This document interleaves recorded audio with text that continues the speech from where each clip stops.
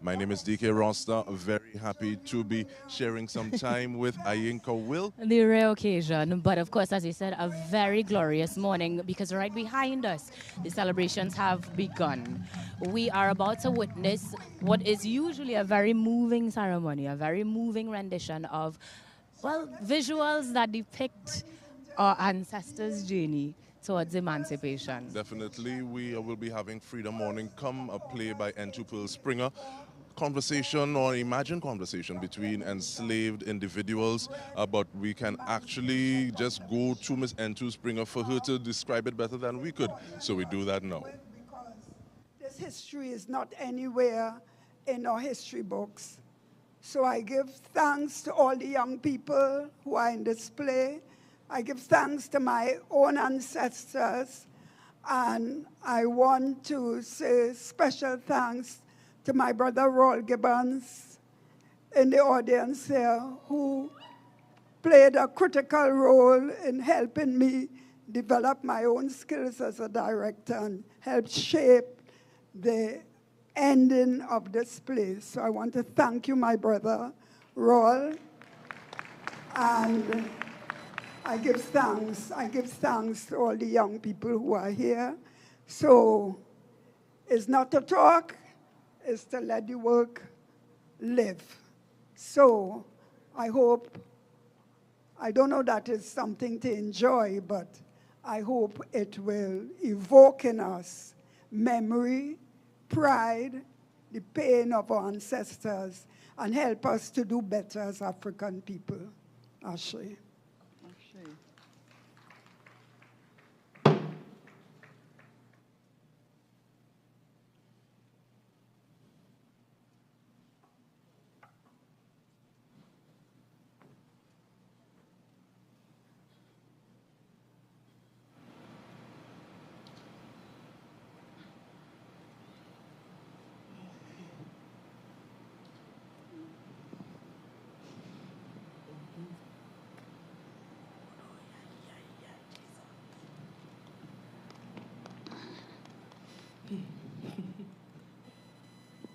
The time reach. Yes, girl, the time reach. Ukbamani. It's a long time now. I pray to the gods for this day. Every day I beg them. Shileku. Fuwa uluwa. Shileku. Fuwa. Open the door for us, oh God. Open the door for us. Iwolo niwa. Iwolo niwa. Masheda wano.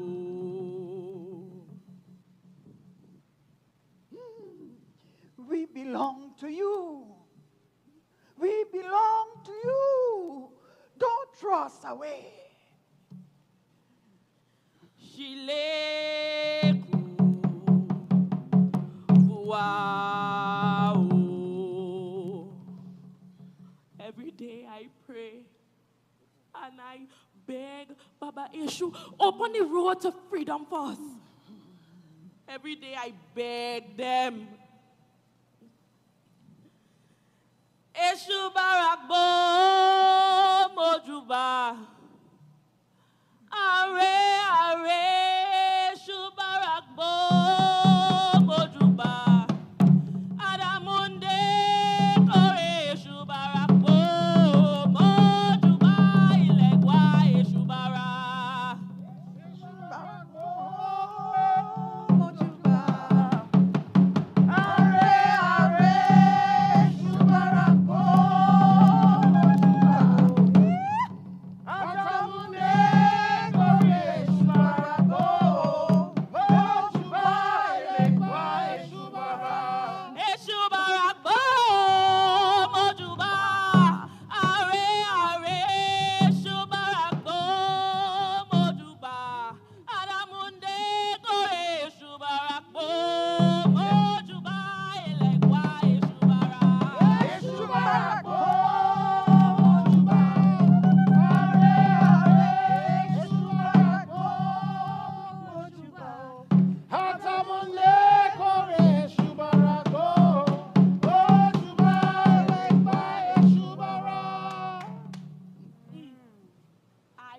I come in here early, pour my little water, say my little prayers, but look how much of all you here already. My Titi, is a great day today, you know. Who been a say that freedom na come out, la la le, yo, freedom na come out. King George boy, we are go home, freedom day a come out. Who been a say that freedom na come out, la la le, yo, freedom na come out. King George boy, we are go home, freedom day a come out. Who been a say that freedom na come out, la la le, yo, freedom na come out. King George boy, we are go home, freedom day a come out.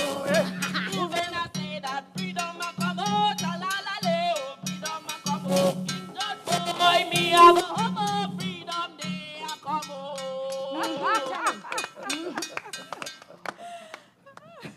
Home, Evelyn. Child, home is over the dark, deep sea, child. Except if when you come all like me and Guinea, your spirit bound to sea. It's a long time now me ain't see home, child. I was a young girl, pretty, Jolie, skin that's smooth and black, soft. I did just turn woman. They done do all my rituals, them. I have my real name. I just keep that a secret. That is the name that I just use to talk to my ancestors and all my spirits them from home. My mother and father did have business. Yes, trading. Well, one day, me and my mother was going in the market to sell oil and corn. When, just so, this Bakra man grabbed me and my mother and plenty others just like we. They chained me up.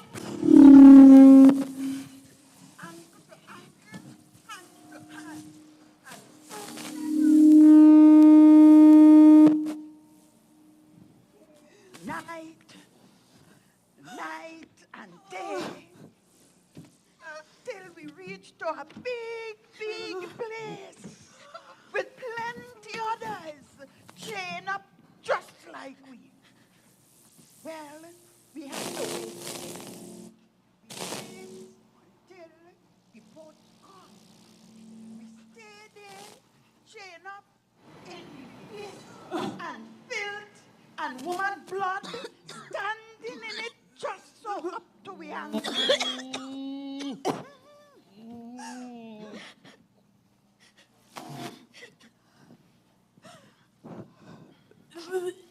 Yes, sometimes in the night I just jump out of my sleep and smell the smell of that stink in my nose and in my head.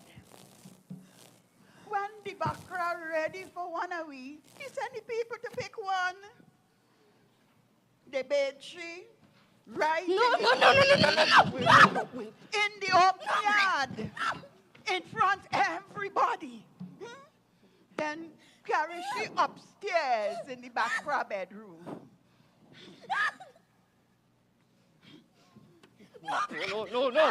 No. Was the first time.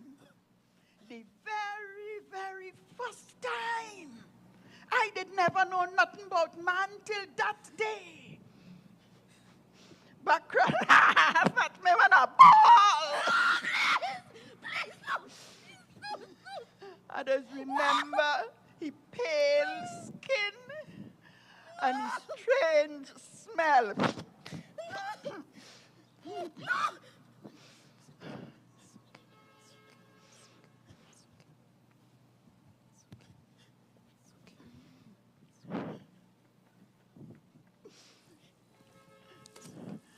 Then, when the boat come,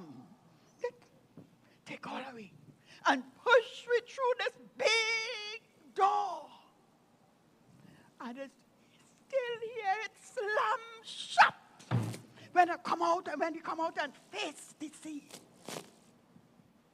That door, it's still part of my nightmare. I just hear it shutting, slam, shutting out all my dreams of this flesh ever seeing my home again. After plenty weeks, we reach here more dead than alive.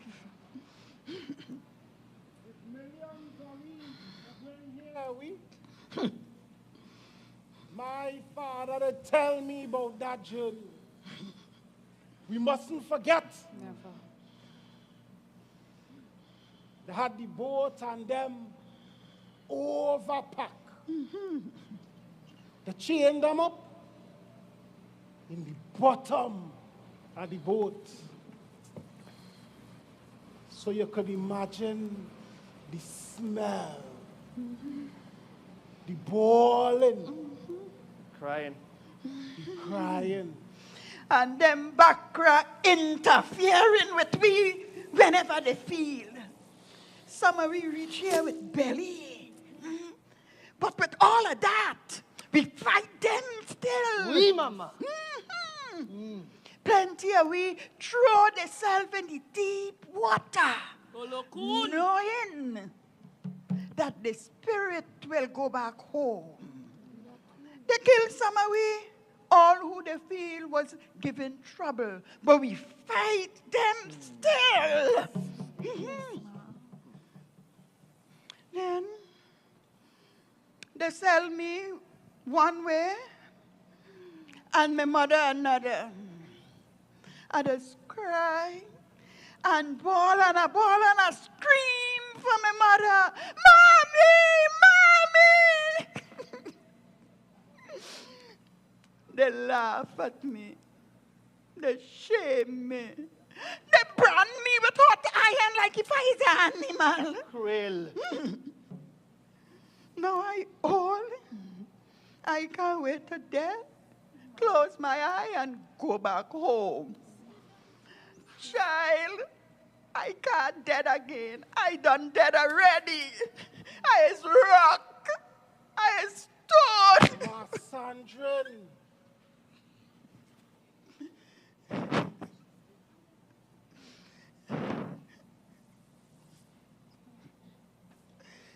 That is why this thing have to done today. I come here for Bakra to tell me that this thing going to go on and that it don't have no end in sight. Well, I hear it's 4 more years for we who working in the house. And 6 more years for like you Soho working in the fields. Pas des joues. Look at me. I name Kojo. Plenty years now, I working hard. Like animal. When one must have find a given trouble, sell me for another one. As if as a horse, a cat, a donkey. How a man could watch another man as if he is not human. As if the same blood that flowing in my veins is not the same blood flowing in Massa own. Oui. Movie. I too old now to be a cooper, a mason or painter. I know how to plant kale, to weed, to hoe. You want to make me a apprentice? To learn what? Moi dis, à présent, liberté. Return me. Liberté! Padre Caesar. No more 6 years. No more 6 years. Padre Caesar. No more 6 years. Padre Caesar. No more 6 years. Padre Caesar.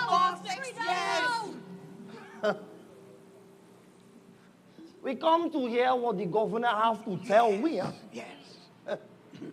But me, I no go back to work. Huh? Pas de jour plus. Not one more day. Gardez-moi, hein? Gardez-moi, gardez-moi! You see, I work with two bagay, huh? Depuis I hear what the governor have to tell me, I not go back to work on the plantation, huh? I going to live right over there with the Yaraba, eh? So who tell you Yoruba people want you wrong them? Eh, voodoo man? Ah, mon frère. You forget, hein? Écoute-moi bien. Hmm? Listen, François Tomby well. Hein? My father bring me small from Haiti. Hein? Petit garçon. Petit garçon, oui, maman. Oui, oui.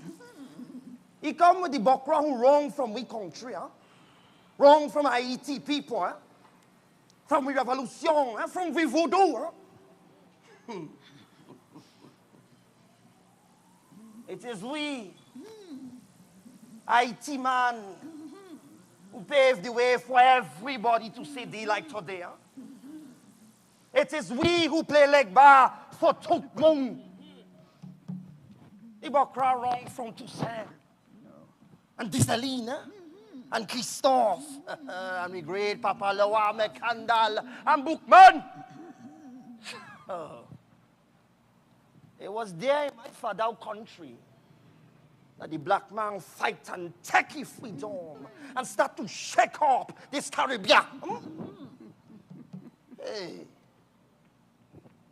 Moi dire, ou ka connaît, you know, that tout l'homme d'Afrique, all black man from Africa is free. Free depuis he fought land on Haiti soil. Hein? Free man. Moi sorti Haïti, hein? Moi l'homme haïtien, l'homme voodoo, hein? L'homme révolution. Ah. Yes, but we can't swim and go IT, Francois. Oui, madame, oui, vous pouvez parler vrai. We gotta make ourselves free right here. And it's not only in IT, Bakran and frightened right here. In Guyana, it had Kofi and Atta. And to besides, them sleeping with one eye open in Jamaica, Guyana, Barbados, St. Kitts, Antigua, Suriname, and right there in Tobago. The old people, they tell stories, Emma, about them brave Coromanti who always fighting. About 60 years ago or so, they talk about one called Sandy. Well, Sandy gathered up a whole set of other Coromanti, and they went and they attacked the post where they had the soldiers in Courland. Oui, mama. They didn't get through with that. So they went back again and attacked up in Mount Irving. Well, Papa, the governor had to send quite in Barbados for help to calm down the situation. And that wasn't the only time, you know. All you think they ever find Sandy? Ah, jamais. Jamais. Never. Them Coromanti people, them Ashanti people, them Anansi people, them Obia people. Ah, moi l'homme mighty, hein? L'homme voodoo. But wait, Kojo, I feel you look like a Coromanti. You know? They feed me dish. That all we know how to do is dance and sing on the few days of the year that we have off it. But we're planning for them in Reconvois. I hear my son them talking. They say how a Sam Sharp did come for them with 20,000 of we people in Jamaica. Yes, Juliet. We self, who they always want to be touching. And we just smile with them. And they don't see from where the poison coming. We pity, sir. Working in the house. I say, Julie,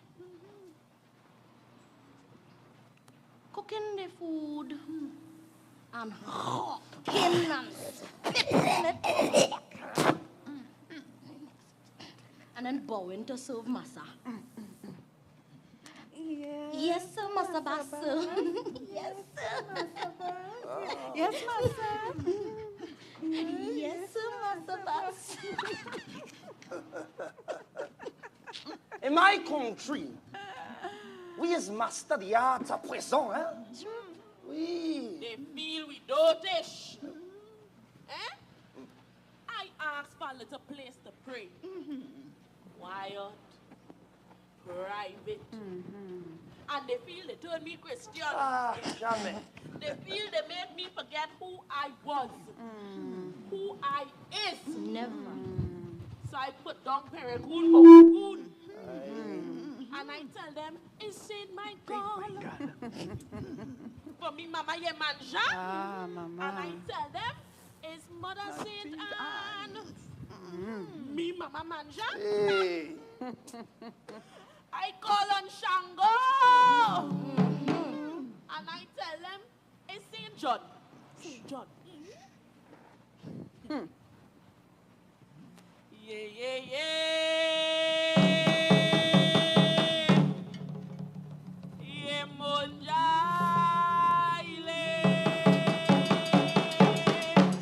Yeah, yeah, yeah. Yeah, Monja.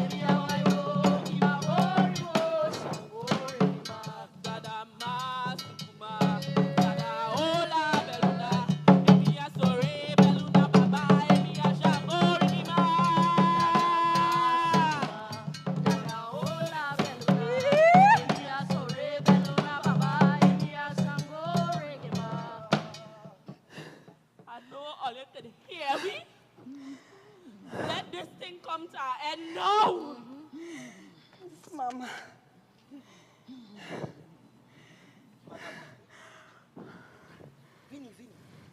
Vini à présent. Merci, Tombi. Merci, Tombi.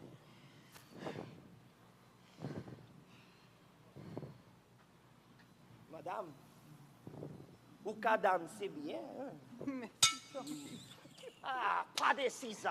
More 6 years. Et pas de 6 ans. More 6 years. Pas de 6 ans. No more sex. Pas de 6 They ans. think we dotish. They don't know we like Nancy. We play fool to catch wise. Oui, maman. We know the people in England, they want to give we freedom. But they say it's too much revolution. Basa basa. They say we causing too much trouble. That we making too much revolution. Too much basa basa. That's what We we know. can't make enough money now. That is it. It's the money. It's the money. Them feel we don't know that since last year, they make a law, Dis-moi. a big law. It say abolition. That means we supposed to be free. Yeah? Where? Yes. Free. Like the birds. Free like the butterflies. Like the fish in the water. All human supposed to be Free. Liberté, hein? Yeah. Free. Free moi. C'est moi, hein? Free like we brothers and sisters in Haiti. Huh? But we have to fight. Huh? We have to fight for we freedom. Because the Bokra ain't giving it to we just so. Huh? Aye. Yes. C'est moi. Vini après ça, vini. Petit c'est, ah, vini, après ça, dépêche-nous.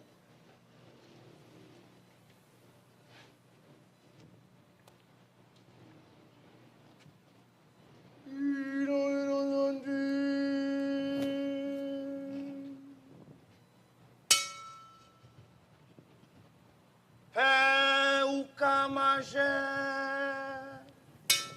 The bread that we eat C'est viande péquée, hein? Is the flesh of the white man.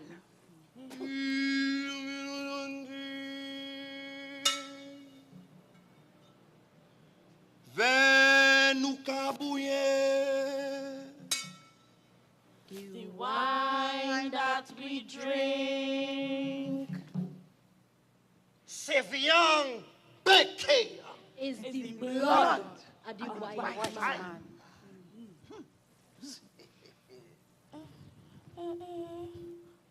Look, more and more people coming from all over the island.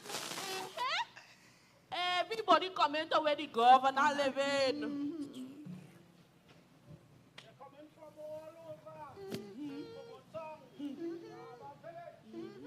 Joseph Road. Where the governor? I'm looking for mine, seeing him at all. Hide it upstairs there. You can't hide forever. Tomorrow for we are. Tomorrow for we are. Demain c'est pour nous. Tomorrow is for we. Demain c'est pour nous. Hein? Demain c'est pour nous. Careful.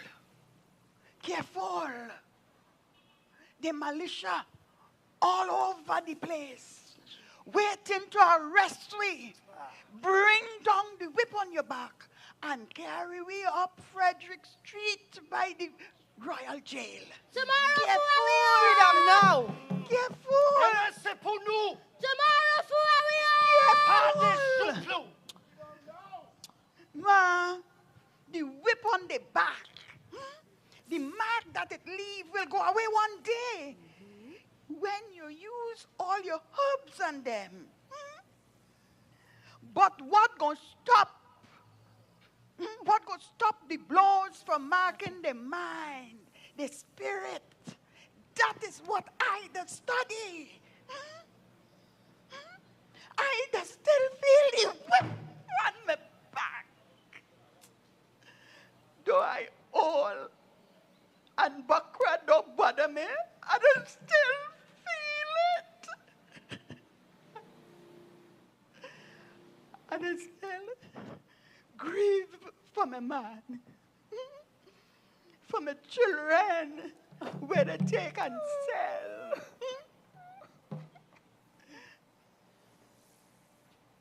I still feel the weight on my belly from from all them Bukra man. Bukra son. Bukra foreman. And still feel it.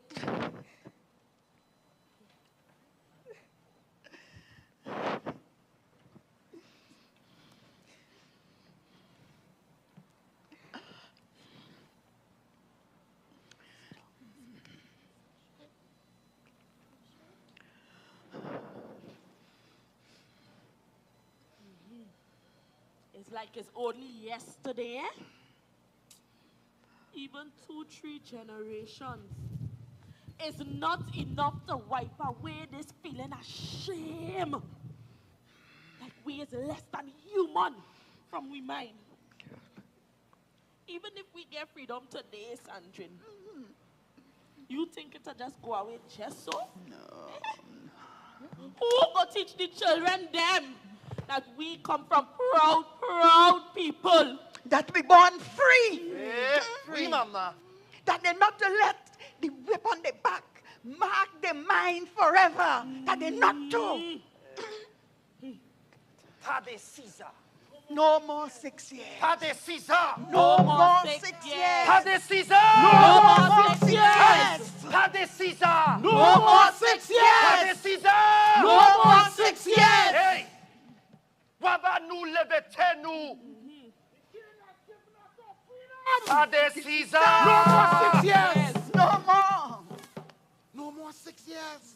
No more. Ma, I's one of the lucky ones, you know. They never touched me. Good for you, child. Thank you, Ma. My mommy, she used to dress me up like a boy. In big, baggy old clothes. You see me, c'est Juliet. A small but magabone and so no sickness. I just fight like man. 7 children I make, you know, ma.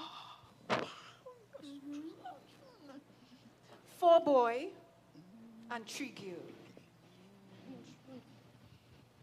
They sell my first 3 boy. They sell them. But when the last one, they coming out from between these legs, I take this hand, this same hand that God give me, ma.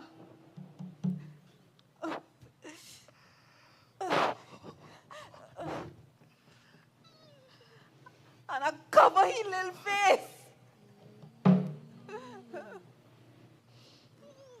I was quiet, ma. But I was bawling! I was bawling! For only God to hear.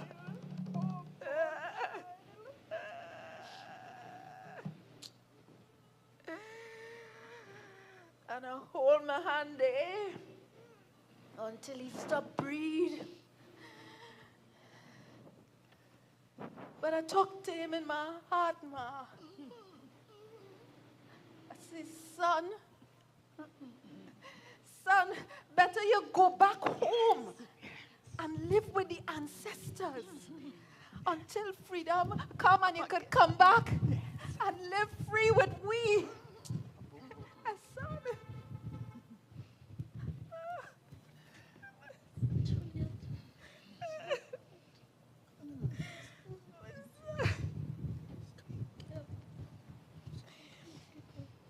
I long for this day. Thank you, Ethan. But while I still have little youth. Yes. And it have man like Kojo, who look like they're still strong and able. I want back my son, Kojo. a son to grow strong and free and learn about Guinea. Yes, child. Yes. Emma, Yes, child. what you going to do when we get freedom, Kojo? You have a wife?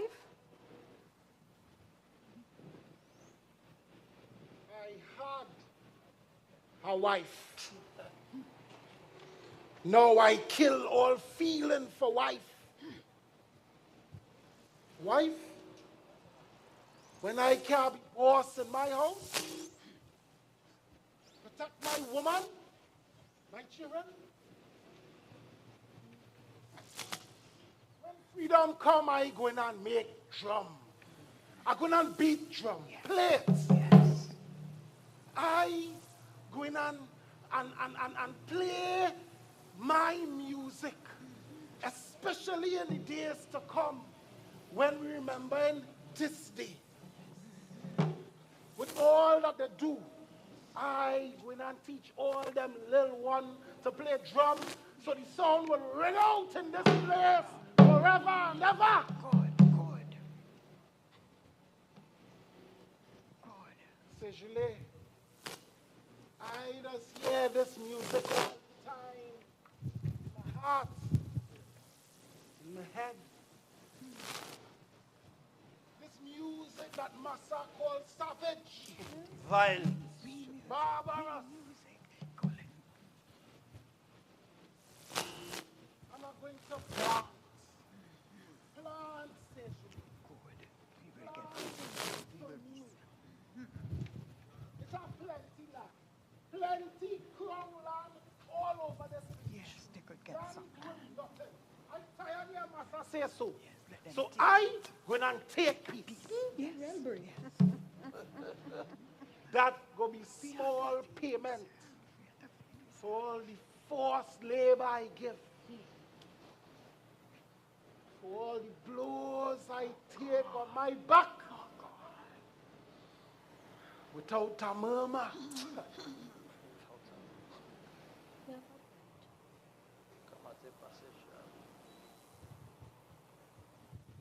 I hide my drum deep in the bush. I play it when nobody around to help strengthen my spirit through the spirit of my ancestors who live in the drum. Say, Julie, you know the drum is a spirit, huh? But that dog of a black man traitor, tell myself. And I nearly dead for a drum.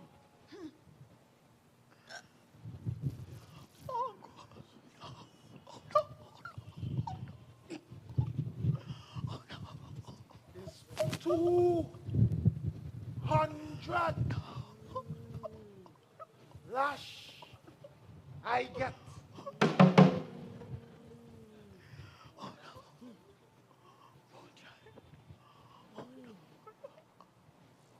It wasn't long though. He swell up and dead from the poison. I never talk though.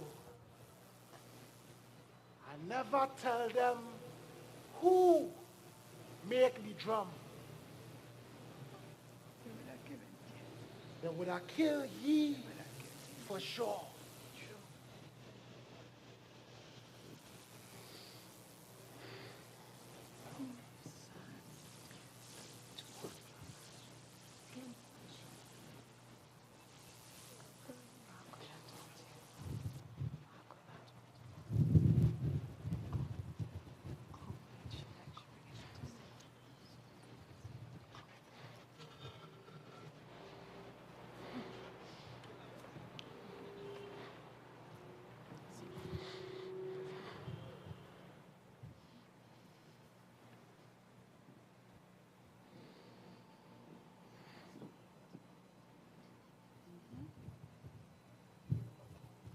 was in Harmony Hill. He called everybody to Moon Vini. Bakra-son always watching me. So one day, when my husband went out in the fields and I was in the big house cooking, he come for me. Omomi lowo, he sees me by the hand. Omumi leshe, he sees me by the foot. Okomiko, he double me up. Oh, Koromilo Rune, I don't like it. Sajenolo, let me go.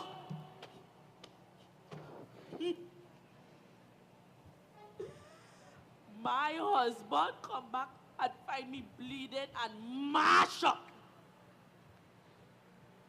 He say he can still be a man and stay here.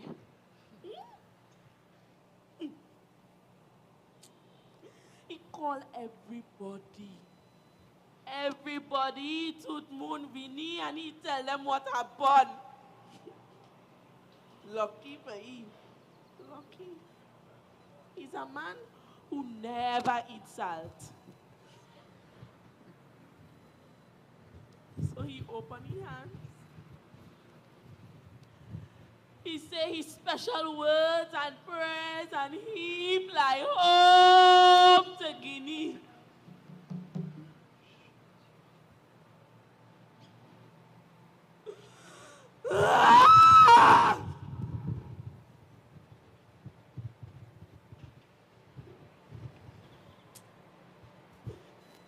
All you know the story. All you know is the truth. I speak. Yes, it's you, Matiti. It's you, is the woman. Yes, I did hear what happened. That is why they feed we so much of salt this and salt that. Tie we down to the earth.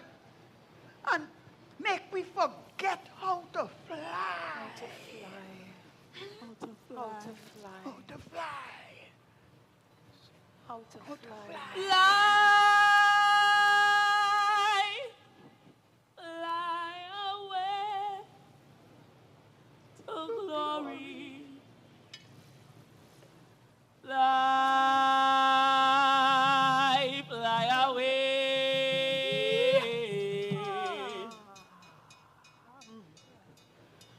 One bright morning, when my work is over,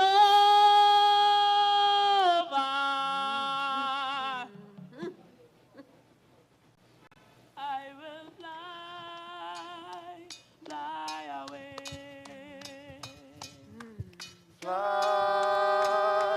Fly away to glory.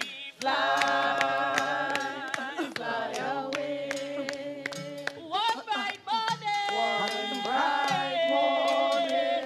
When my work is over, I will fly. Fly away.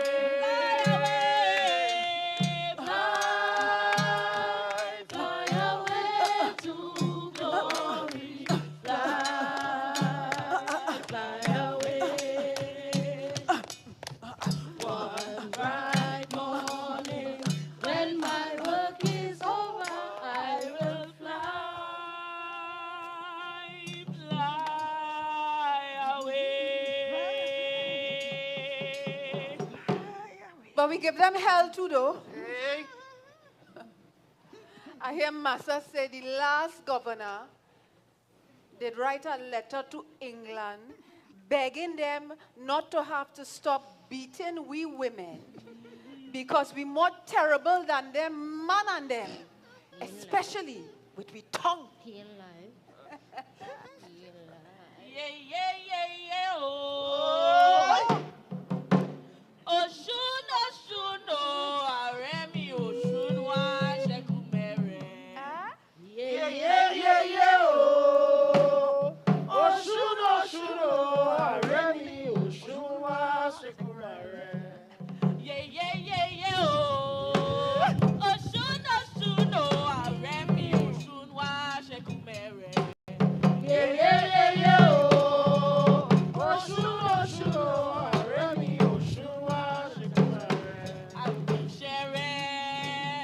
Afi Sharon.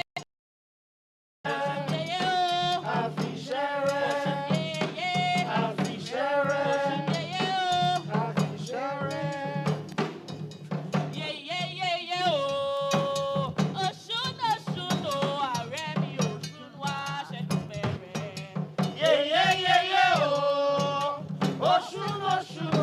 Aremi, Oshun, wa, Shekurere.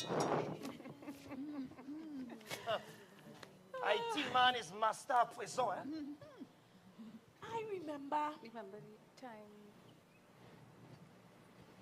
Only remember the time I decided I ain't walking. Every day I paint my tongue a different color.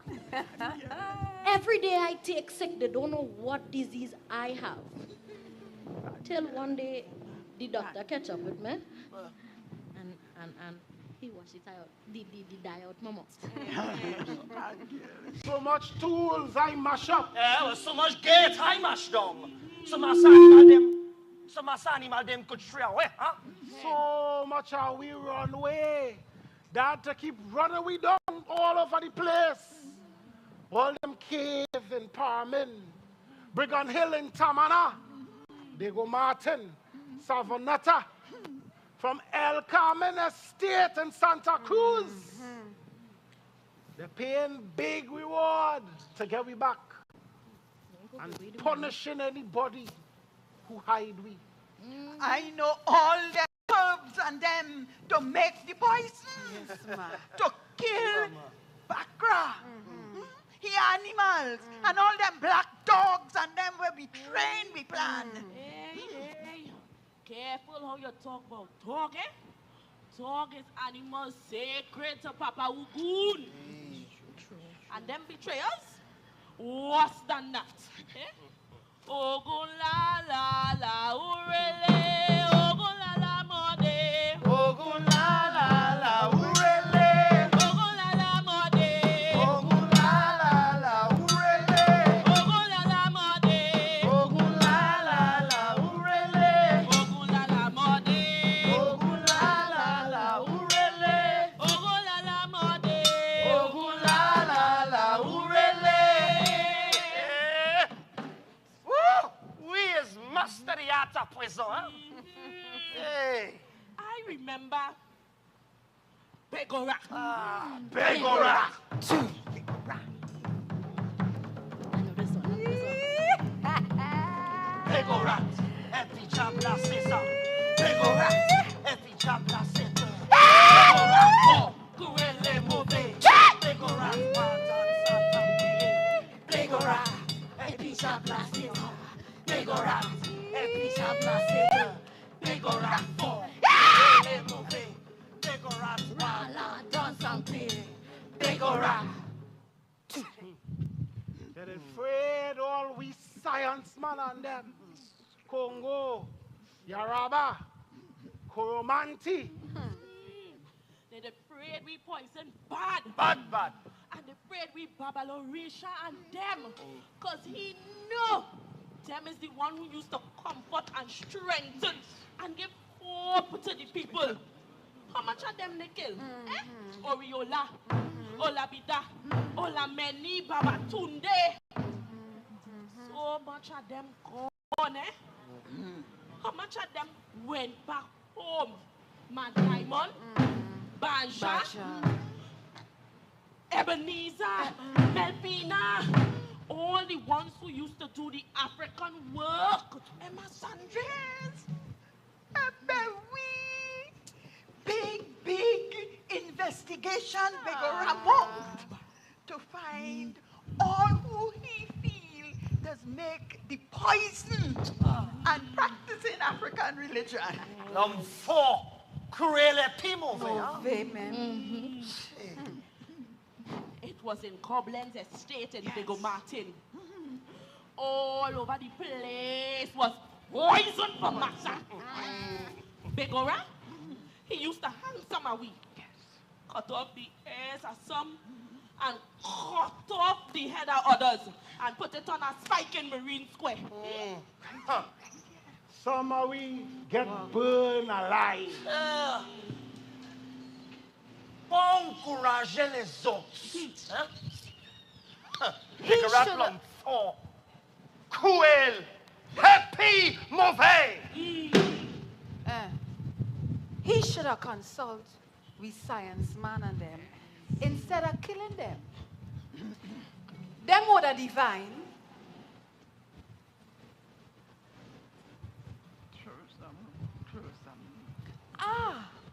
And tell he that he would have get poisoned too. Why he didn't tell he carry so man Grosjean to sing about that? I remember hearing about Tisbe. Tisbe. They accuse she of sorcery, dealing with the devil, poisoning. 5 months they keep she in jail under torture. Real inhuman torture. They wanted she to talk out against her husband. But she never say a word. Instead of that, she take it all on herself.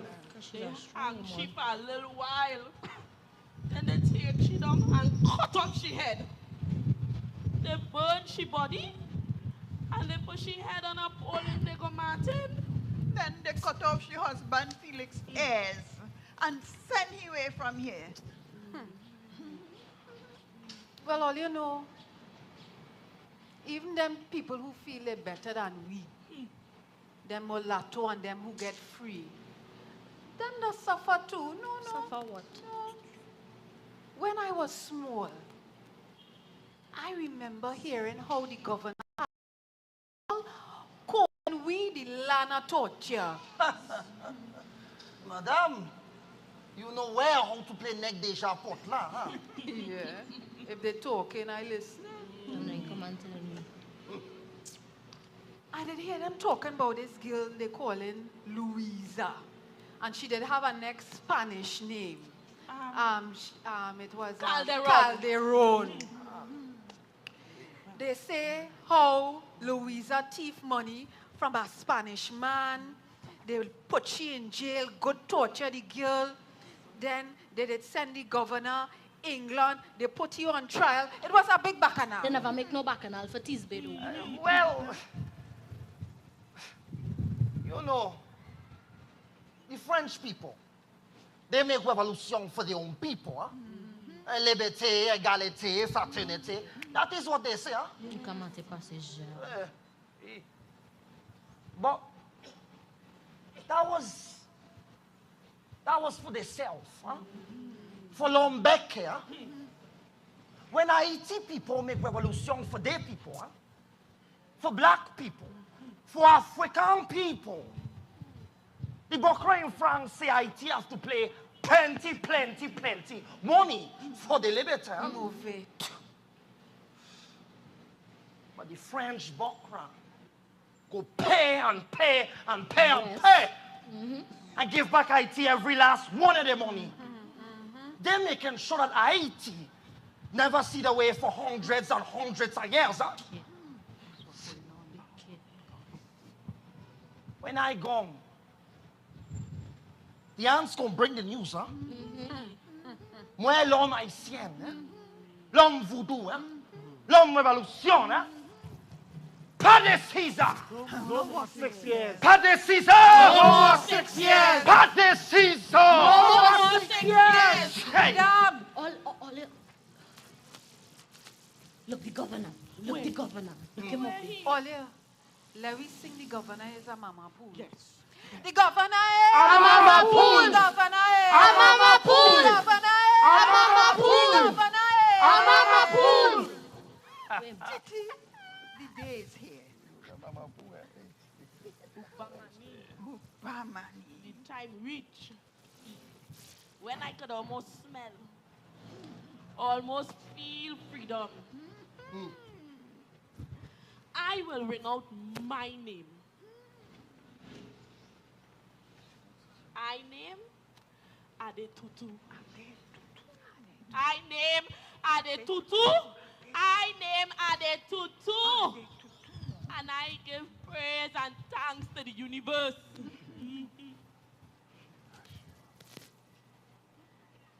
What you're going to do with your freedom all year?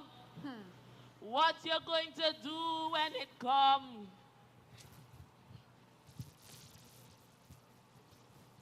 I know what I'm going to do.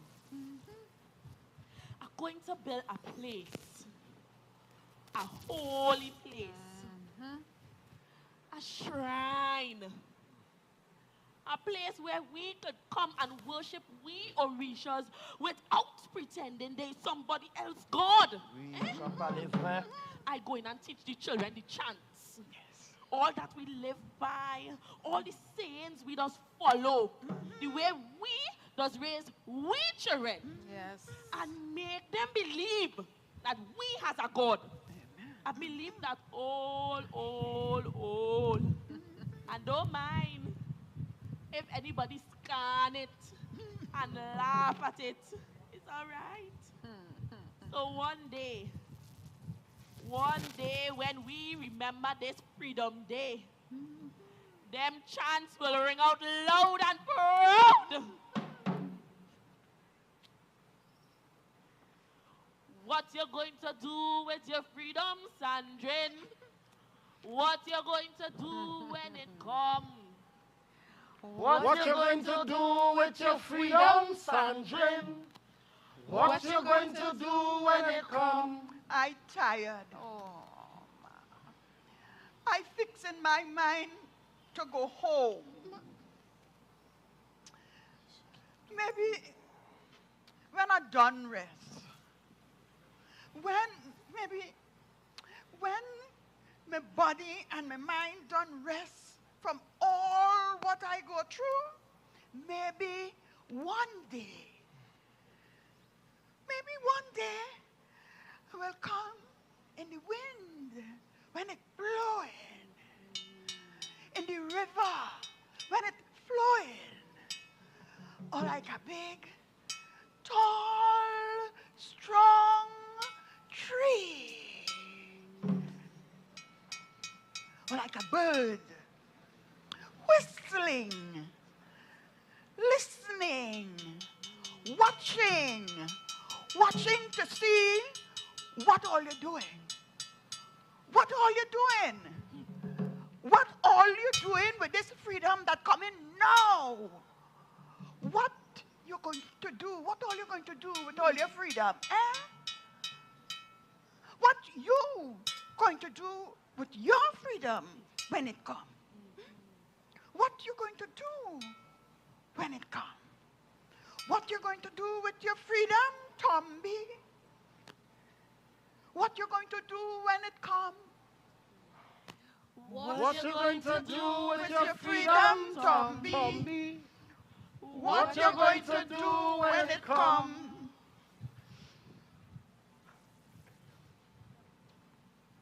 Well,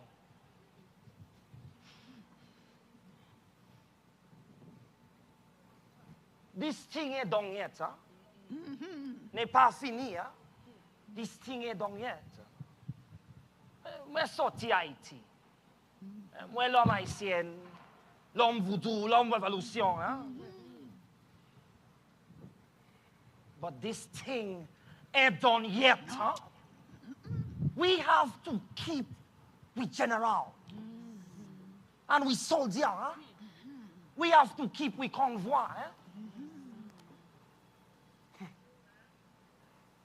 We have to fight. Yeah. We have to fight to defend we body, huh? And we mind. We have to fight to defend the right to we God. To we clothes, to we hear. You see the tak the days when we to cut off, huh? We have to fight. I'm going to stay in the convoy. I'm going to remember how to make mes poissons.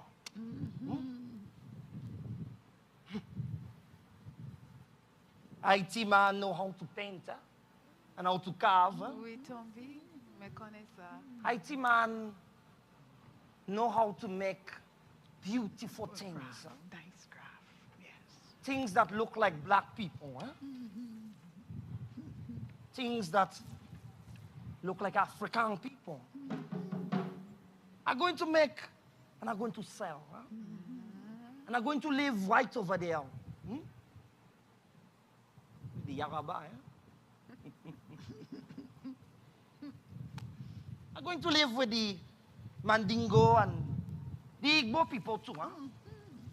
And I'm going to live with the Yaraba.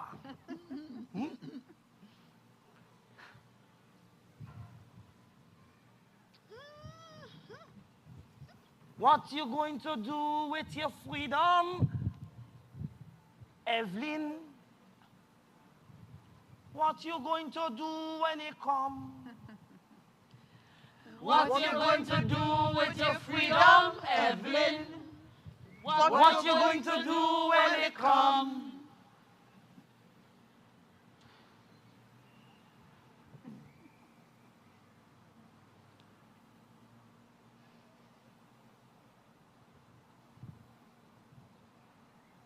Now that this body will be mine. Yes.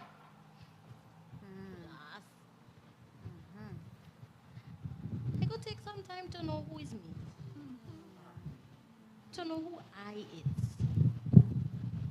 I like to cook and sew and make pretty things. Now I could make them for me. Oui, madame. For we now. Oui, petit ça. Oui. She could make it, she could sew for me.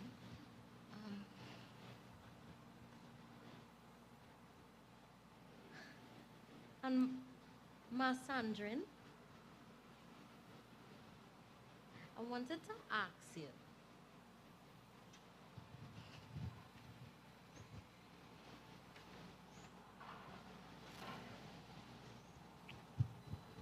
I wanted to ask you, please.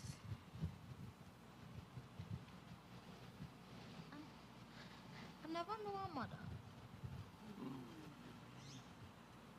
And I wanted to ask you if you would be a mother for me.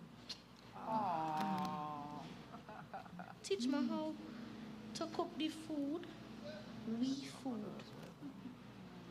And the hair, do it pretty like how you just do yours. And teach me how to sew all the clothes you just tell me about. For me. And I would take care of you, no, ma.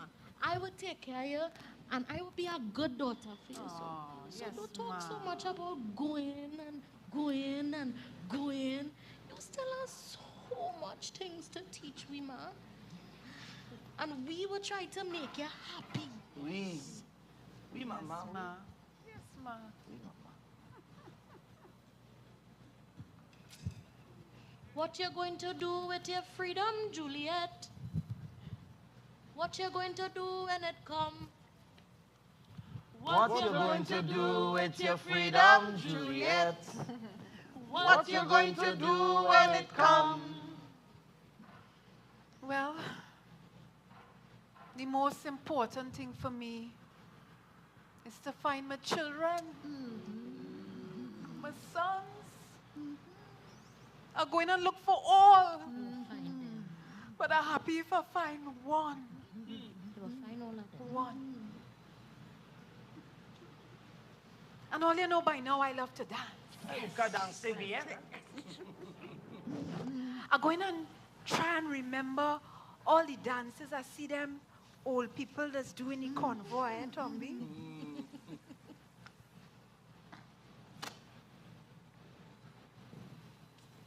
And I want back my family koju. I want a nice little place with flowers and a kitchen garden and a son born in freedom time to grow free and learn about Guinea. What you're going to do with your freedom, Kojo? What you're going to do when it comes? What you're going to do with your freedom, Kojo? What you're going to do when it comes? What I'm going to do with my freedom, Olia? Shames. What I'm going to do when it comes? Well, I don't tell all you. I gonna make drum.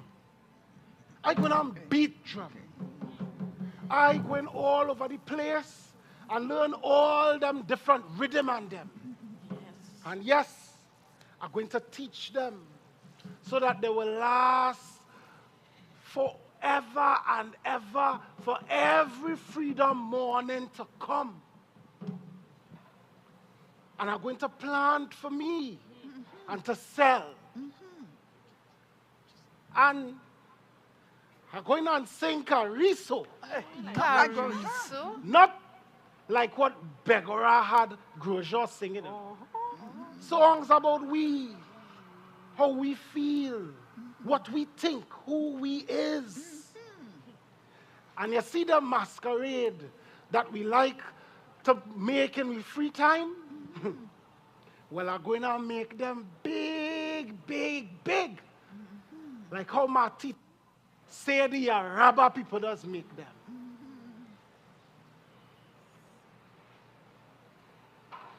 And maybe, just maybe, I might have a son. A son born in freedom time. That's it, Julie? A son, a son we could grow strong and proud of who he is. Who he is. And maybe we could build a family that could be so important in we freedom time.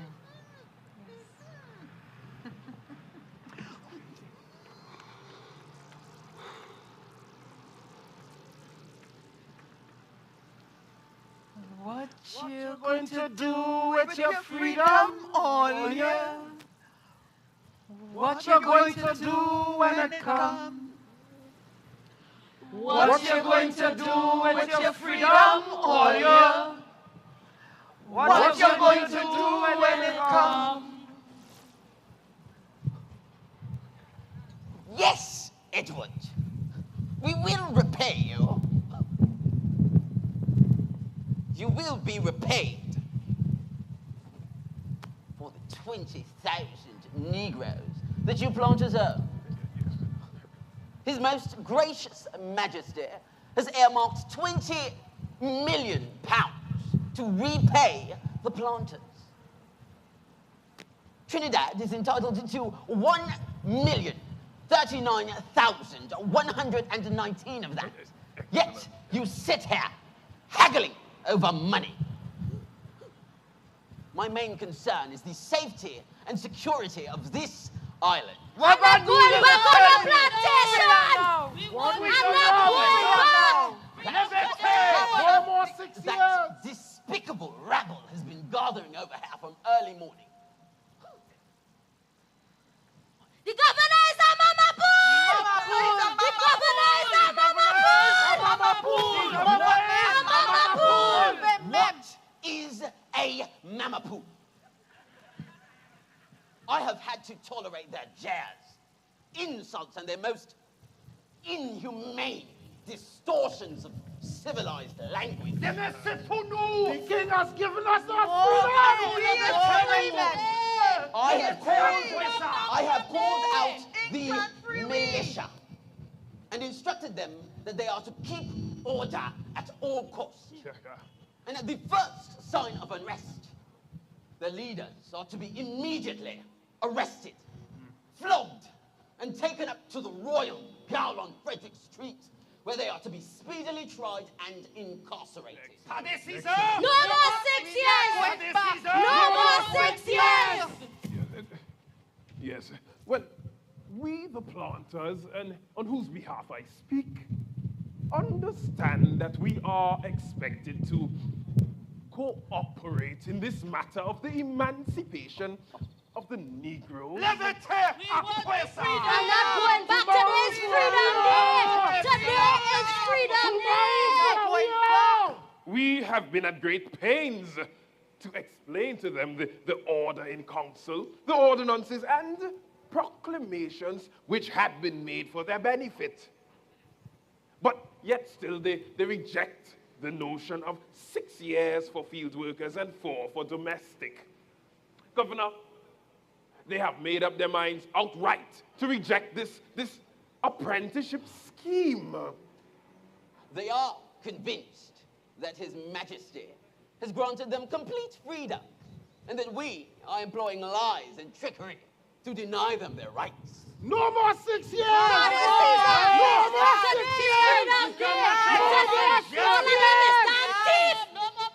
Governor, you are aware, of course, that this could spell ruin for the considerable investments made by the planters.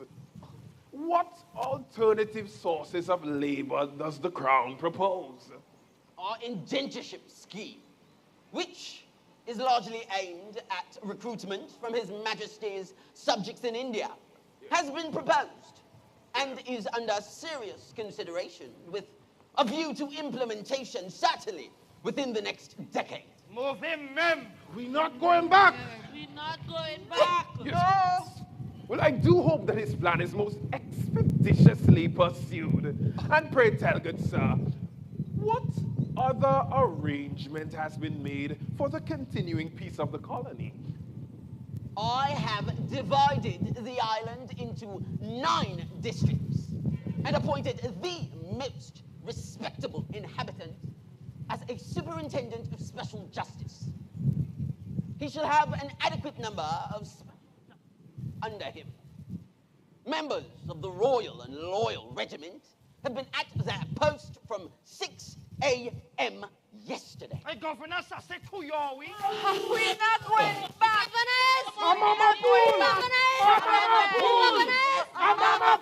The troops at the St. James Barracks are at the ready. Yes, well, we do expect you to keep your word in these matters. We fear, sir, that what you have effectively done is created a little terrestrial paradise for the Negroes. We have in fact become the slaves and they the masters. We are open to the whim and fancy of those lazy Negroes, whether they decide to work or not. Liberté! Liberté! The king has given us our freedom! And so, the very prosperity of this colony is at risk. Would that be all, Mr. Jackson? Ça c'est chalet même, oui. Good day, sir. I leave you to your duty.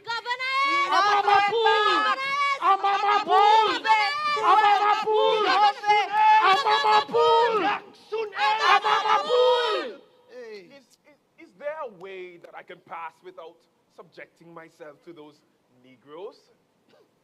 Why, the same way you entered, sir. I believe your carriage awaits you at the back entrance. The governor! We're not going back! We're not going back! No more 6 years! No more 6 years! You people are very lucky. His Majesty has decided to ease your workload considerably.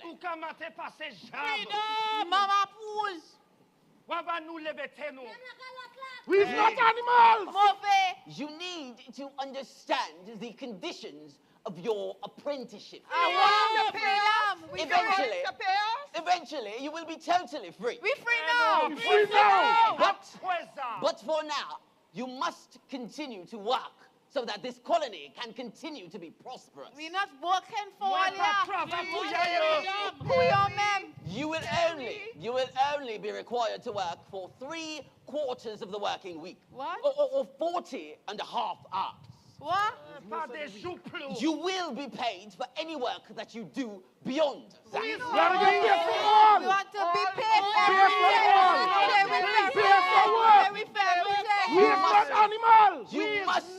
You must not leave your place of employment. We're not going back. But your needs will be taken care of as usual. We need freedom. Your food and your clothing, they will be provided. This little dress? This little dress? This is the last time we get dressed. It is my unpleasant duty to inform you that those of you who violate the justly proclaimed laws of this territory will regretfully have to face the treadmill or other physical punishment. Move it! Cruel! But I assure you, the period of apprenticeship will pass quickly, and your owners will be paid for the loss of your labor. You don't pay me. We pay them. You don't pay me. Children is not cockroach. As is my duty and responsibility, I now read to you the Emancipation Proclamation. Dime, dépêche-nous, après ça. Après ça, après ça. On this day, Friday, 1st August 1834, be it therefore enacted and ordained by me, His Excellency, the Right Honourable George Fitzgerald Hill, Mama Pool! by and with the advice and consent of the Council of Government thereof, and with the authority of the same, and in accordance with the provisions of the Abolition Act of 1833, that all formerly enslaved persons shall be now known as Free! apprentices. Free. Now, I repeat, all apprentices shall continue to work for their lawful owners. We have no owner. All children, have no owner and I'm not going back all on no children plantation. under the age of 6 shall be immediately set free. They should not be working in the first place. The law states that all praedial apprentices, that is, those of you who work in agriculture, your apprenticeship will consequently end on the 1st of August 1838. No more 6 years! Therefore, Not the season! No more 6 years! Therefore, Not the season! No more 6 years!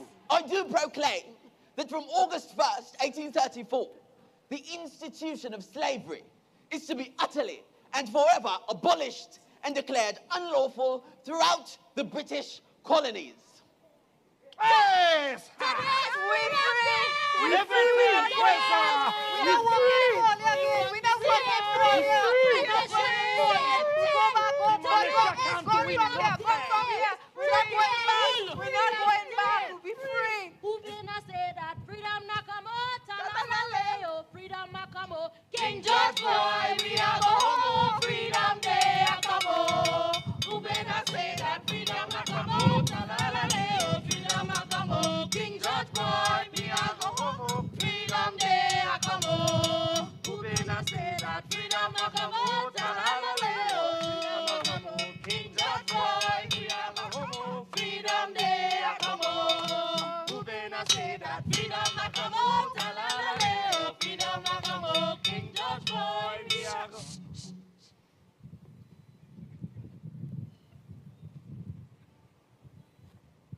Move it. Mama Pool.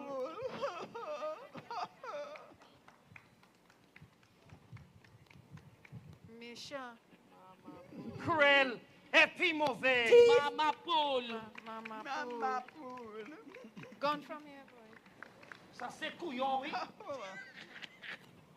Who been a say that freedom na come out?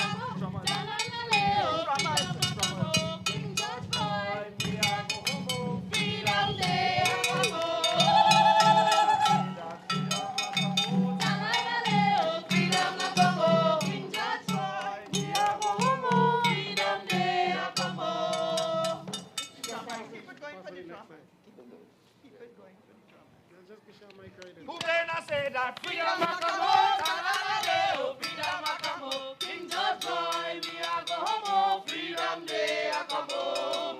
Who may not say that freedom a come out, ta-la-la-lay, oh, freedom a come home. King George boy, we a go home, oh, freedom day a come home. Who may not say that freedom a come out, ta-la-la-lay, oh, freedom a come home. King George boy, we a go home, oh, freedom day a come home. Thank you very much. Let me introduce this wonderful cast, the drummers, Iremide Shangobemi Charles. Where your drum boy? Christian, who played the role of Edward, as well as was assisting with drumming backstage. How are we going? Evelyn, Andy Sher Bernard, Juliet, Dara Healy,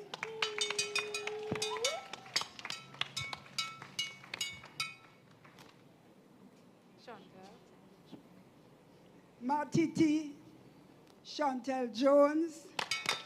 What a voice. Governor.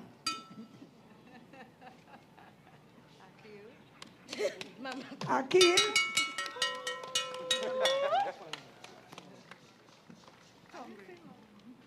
Kojo.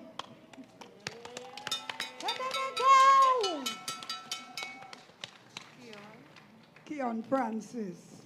We know him as Joe Talmana, but today, taking a different role. Francois Tomby. Lomdaiki. Yeah. And Marsandrine, Janet Stanley Marcani.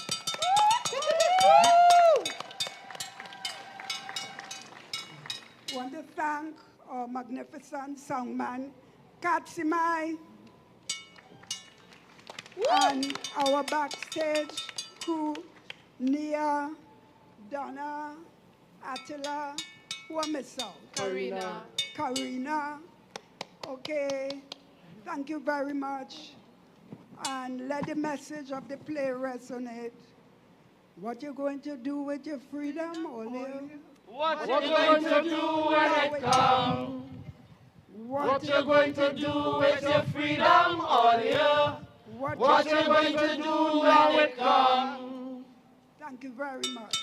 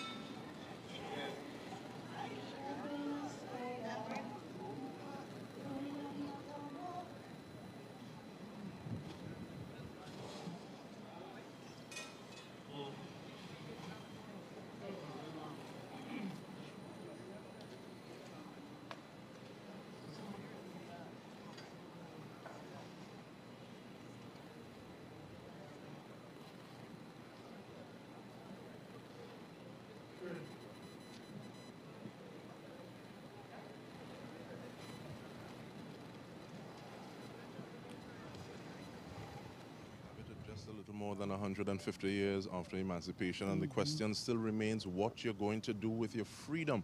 So we just had Freedom Morning Come by N2 Pearl Springer. Right. And what is something that really stood out to you? Because it's not the first time that you've seen it. Right.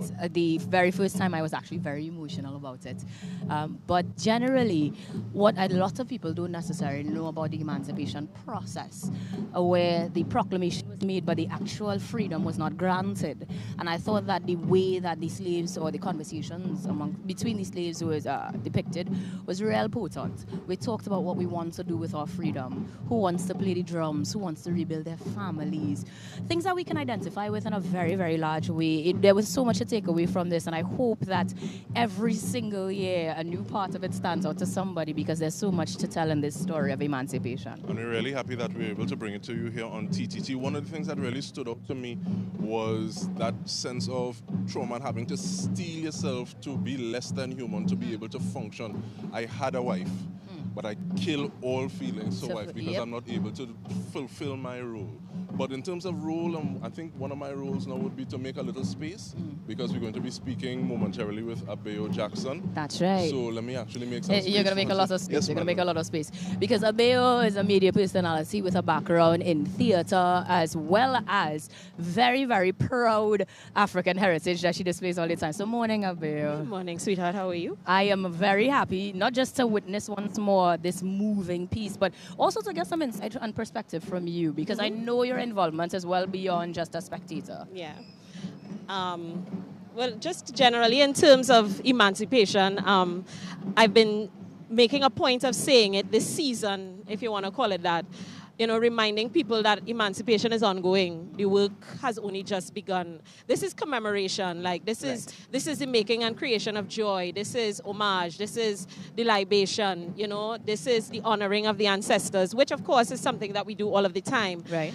And this season is important, but I think this season also is a very necessary reminder of the ongoing work that we have to do, the work that we continue to do in our communities, the work that we do in our families, the work that we do in terms of deconstructing systems and reconciling with legacies that have been a disservice to us. You know, so that's the work that is really important as it pertains to the continued cycle of emancipation, as Tony Hall, may he walk in power, made a point of saying. Now, if we were to explore beyond the witnessing of the plays that we just saw this morning, the libations that will follow, even the march, you're at home, you're viewing this, how do we continue to participate in the emancipation of ourselves? I mean, we have to do the work, you know. We have to get into our communities. Each one, teach one. Do the work in terms of the learning. Do the very, very hard work sometimes of reconciling with our own blind spots, because we have internalized a lot of our own trauma, and we continue to inflict it on ourselves. We continue to perpetuate it. It's in every single system that exists in our space, from social services to our education system, how we are teaching our children, how we are raising our children, you know, in terms of our belief systems and ideologies. And I'm not talking about religion in its purest form, but there is no way that we can venerate ourselves without actually venerating ourselves, without venerating ourselves in terms of recognizing the power that lies in our melanin, that lies in our blood, that lies in celebrating and venerating the form that looks like us, which is something very, very integral to traditional West African spirituality, which has to be a part of the conversation. We have to stop being scared of ourselves. You know, when we talk about Obia, we think about it as being something that is to run from. We think about it as being something that is to be feared, that is to be demonized. But that is a westernized concept that is very much linked to the ideology and the hegemony and the power structure that was very integral in terms of our denigration and dehumanization. So there is a lot to do. Yeah, there we is have a real lot work to to do. do. There is Real a lot work to to do. do. Y'all mustn't ask me to say things because I will talk long. No, this is why we need to have these conversations. And again, as you said, this is the season. Yeah. This is the season for us to do exactly that. Yeah. Now, beyond what we've seen this morning, we have, of course, the presence of royalty. And I imagine that we might have had to do some research from the media standpoint. Even from a personal and very, very personal for you perspective, there must have been some sort of movement and some sort of enrichment that was felt with his presence. The fact that he is here is amazing, because I'm all about diaspora. I'm all about understanding the connections. The roots, R-O-U-T-E-S, and the roots, R-O-O-T-S, as we make those connections. And the presence, his presence is I need for us to understand why it is important that he's here in terms of us making the connections of who we are as a people. Yes, we are Trinbagonian, but we have to understand our cultural identity and the power that lies within us and where we've come from in order for us to understand where we fit in this space. And making the connections with His Majesty and Ghana, and, you know, we talk about Marcus Garvey would have spoken about Africa for Africans and going back Right. home and all that kind of stuff. But what Ghana and the continent has begun to do is open its doors and opens its arms back to us and say, come, make the connection, heal. Because we have to heal the disruption that was the transatlantic slave trade. It was a disruption. Right. When you are ripped from a space, there's a disruption and there's generational trauma that continues down through lineages. And unless we begin to reconcile with that, we're not going to see a change in our communities. The blood of our children will continue to flow in our streets if we do not begin to reconcile with that. And it's in the small things. And him being here is no small thing. Absolutely not. No Absolutely small not. thing. So I need us to understand that, celebrate that, and understand the power of him being in our space right about now. We understand the power of you being in our space this morning to share that sort of insight with us and perspective. So until the next one, we shall meet again. But for now, we're going to switch over a little bit to DK as we are going to continue to bring you perspectives from this morning's Emancipation celebrations here on Independence Square. Abigail, you going on the march? Because I feel like we should go on the march. Yeah, Have a good one. Walk good. Yeah, Literally. yeah. Walk good all year. Yeah, like walk good. Like walk good. And we are getting ready to have a conversation. Yeah, so we're having a conversation. We just spoke with Abayo Jackson. We see the backdrop has changed a bit as we are getting ready for another part of the proceedings. But right now we are very happy to be speaking with King Shepherd Ray Brathwaite. And I think we're going to be moving location a little bit. So we're asking you to come this way, Shepherd, King Shepherd. And so I'm very happy that we're able to have this conversation. Apparently we're getting ready for the procession already. But what are some of the things that stood out to you in this Freedom Morning Come event, or just on the whole with regard to Emancipation Day? Well, good morning to your listeners, and delighted to be with you this morning. The standout for me is that this is a teaching exercise. A teaching about freedom come. And freedom did not come just like that. It was a struggle. And therefore, for the community present, that teaching about enlarging the slavery by the addition of the apprenticeship system is a point that we have to recognize, where you added the 4 and the 6 years to create a sophisticated form of slavery. And it's interesting that you used the word struggle, and looking at the work that spiritual Baptists have done in Trinidad and Tobago to be able to express themselves and worship, follow their spiritual path the way. Sometimes people think that if there wasn't an out-and-out revolt, individuals weren't struggling. And I think this conversation that we just saw would have showed that different ways, different levels, different, even like the way people talk about Anansi. So there are different levels. And how did that strike you? Well, the thing about it is that if you listen to the conversation clearly, you will notice that we only became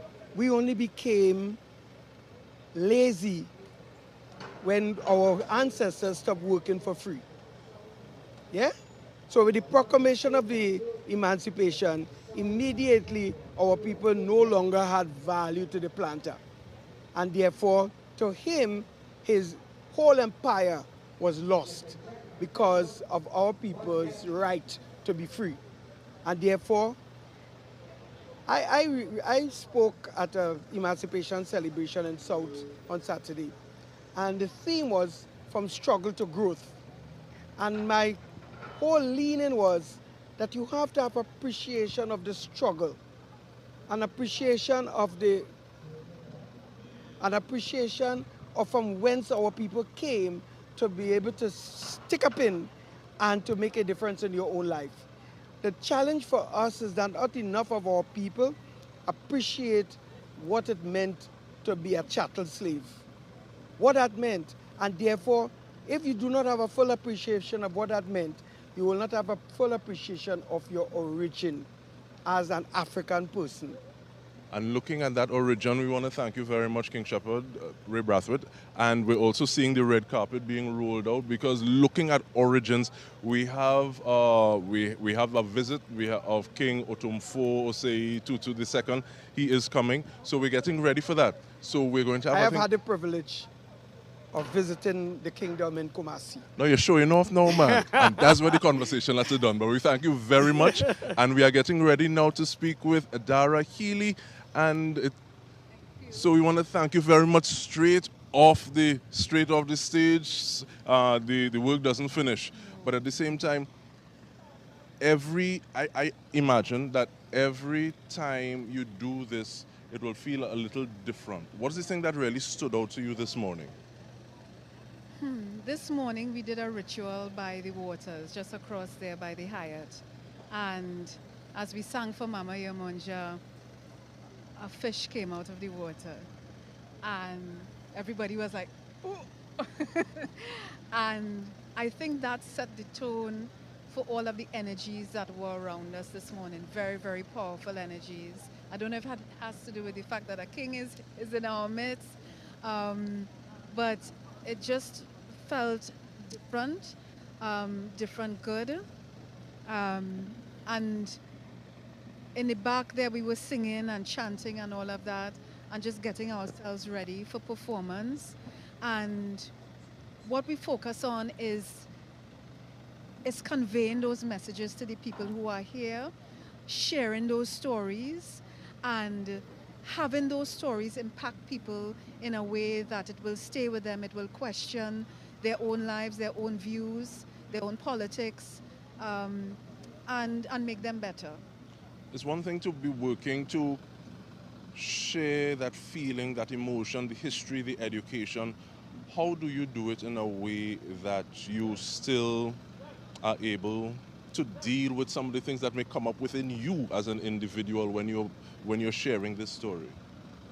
The key is to be really grounded in yourself, is to be, well, for us, a lot of us, we are grounded in our African spirituality. And even for those who are not, it is important to get information about who you are as a person. Nobody's saying that you have to become Ifa Orisha or anything like that, but just to understand where you came from, who you are, what is your history. That, as Matiti said, we have a proud, proud history. And in the work that we do in communities and with young people, that is sorely lacking. That is sorely lacking. You still have boys, young boys from Laventil who make fun of African words, and young black girls who are very insecure about their hair and their skin. And this is every day we deal with this. And so part of this work that we do is to infuse that confidence, that pride, that joy in your Africanness. And so that you don't have to feel ashamed of who you are. And you could wear your clothes, you could look handsome, you could look beautiful. And it's more than the clothes, though. You take it into your mind and you understand that we have given this world a lot and we have a lot to offer this world. And it's interesting because the question remains what you're going to do with your freedom, but at the same time we are still working towards greater or higher, deeper levels of freedom. Yeah. We see that there's been a movement that has passed so that different hairstyles can be worn just in school, the education system, and that helps. And every little increment that is working towards, and it really feels as though you're epitomizing a level of Sankofa in terms of going back, getting it, rooting yourself, and being able to move forward from that. So what are some of the things you hope, what is the thing that changes a little bit so that when we're here possibly having this conversation next year, Square Life, we would be able to say, okay, well, that's another thing that we've done. That is another thing that has happened. And possibly this has been a part of moving that conversation forward. For me, I would want to see a lot more embracing of our African spirituality. Not that, as I said, people have to become Ifa Orisha, but at least try to understand. At least try to understand that this belief is thousands of years old. It is recognized by the United Nations as part of the intangible heritage of the world. We have people who, for centuries, told us that the belief system was bad, that we were savage, that we needed to convert, and that all other religions were better. But we need to understand that this belief system has so many similarities with Hinduism, with indigenous beliefs, where they see the interconnectedness between the unborn, those of us who are alive, and ancestors. They see balance in life and so on. So for me, I would just want to see a little more understanding and appreciation of that, a playing of Ella and Delm's music in schools, just so that people could begin to understand a bit better who we are. And it's really interesting because sometimes we talk about the fact that there is one that is preferred over the other and working towards that understanding. But at the same time, there's so many similarities. Absolutely. So like the monotheistic attitude, there's a supreme deity, the cosmology of things. If you have people talking about a virgin birth, the way that blood sacrifice is replicated in different spiritual paths. And it is just really so interesting. I remember one person saying, sometimes we're looking at the moon, but we're vexed because of the finger that we're pointing at. But we want to thank you, because we see things are going on. We have people pulling people out of the frame all the time, but we're getting ready for this part of it, where we went welcoming the Asantehene. So we want to thank you very much, Dara Healy, and possibly we may see each other on the procession going up. On the procession, it's been a pleasure. Thank you. The pleasure definitely was mine. So we are getting ready. We just spoke with Dara Healy, and I'm sure that this young lady has more information than I do. Yeah, man. Well, not really. As a matter of fact, what we're about to see is more of the Emancipation Support Committee's part of things today, so to speak. And so hopefully I'll get the chance to talk to the executive chair to get some more insight on what's going to follow. Because, I mean, after we've reenacted what the slaves would have gone through, it is actually time to enjoy the freedom, yes? This time with the presence of royalty, we have a little bit of a difference. So hopefully Zakia Uzuma Wadara will be able to give us more insight let me on make what's some ought space to for her. happen. I love how he makes way for the lady, because that is how a gentleman rules. I appreciate you, DK. So good morning again. And thank you very much. I know with all the hustle and bustle, we're going to be brief, because we want to make sure we understand. And you have to hold your mic close so we want the people to hear you. Yes, good morning, everyone. But we have to make sure we understand and get more context as to what's happening this time around, because we've just witnessed the reenactment play and the freedom of the emancipation that we so long for. But now we have a little bit of a difference. After Freedom Morning, what are we about to witness this morning? Okay, so this morning we are pleased to be welcoming for the first time a king of Africa to our emancipation celebrations. So with us this morning would be the Asantehene of the Ashanti Kingdom, the king of the Ashanti Kingdom. He has been invited by the Prime Minister to be part of our celebrations this year. So we are all the nation, you know, and everybody here is very excited to welcome him and to experience African royalty.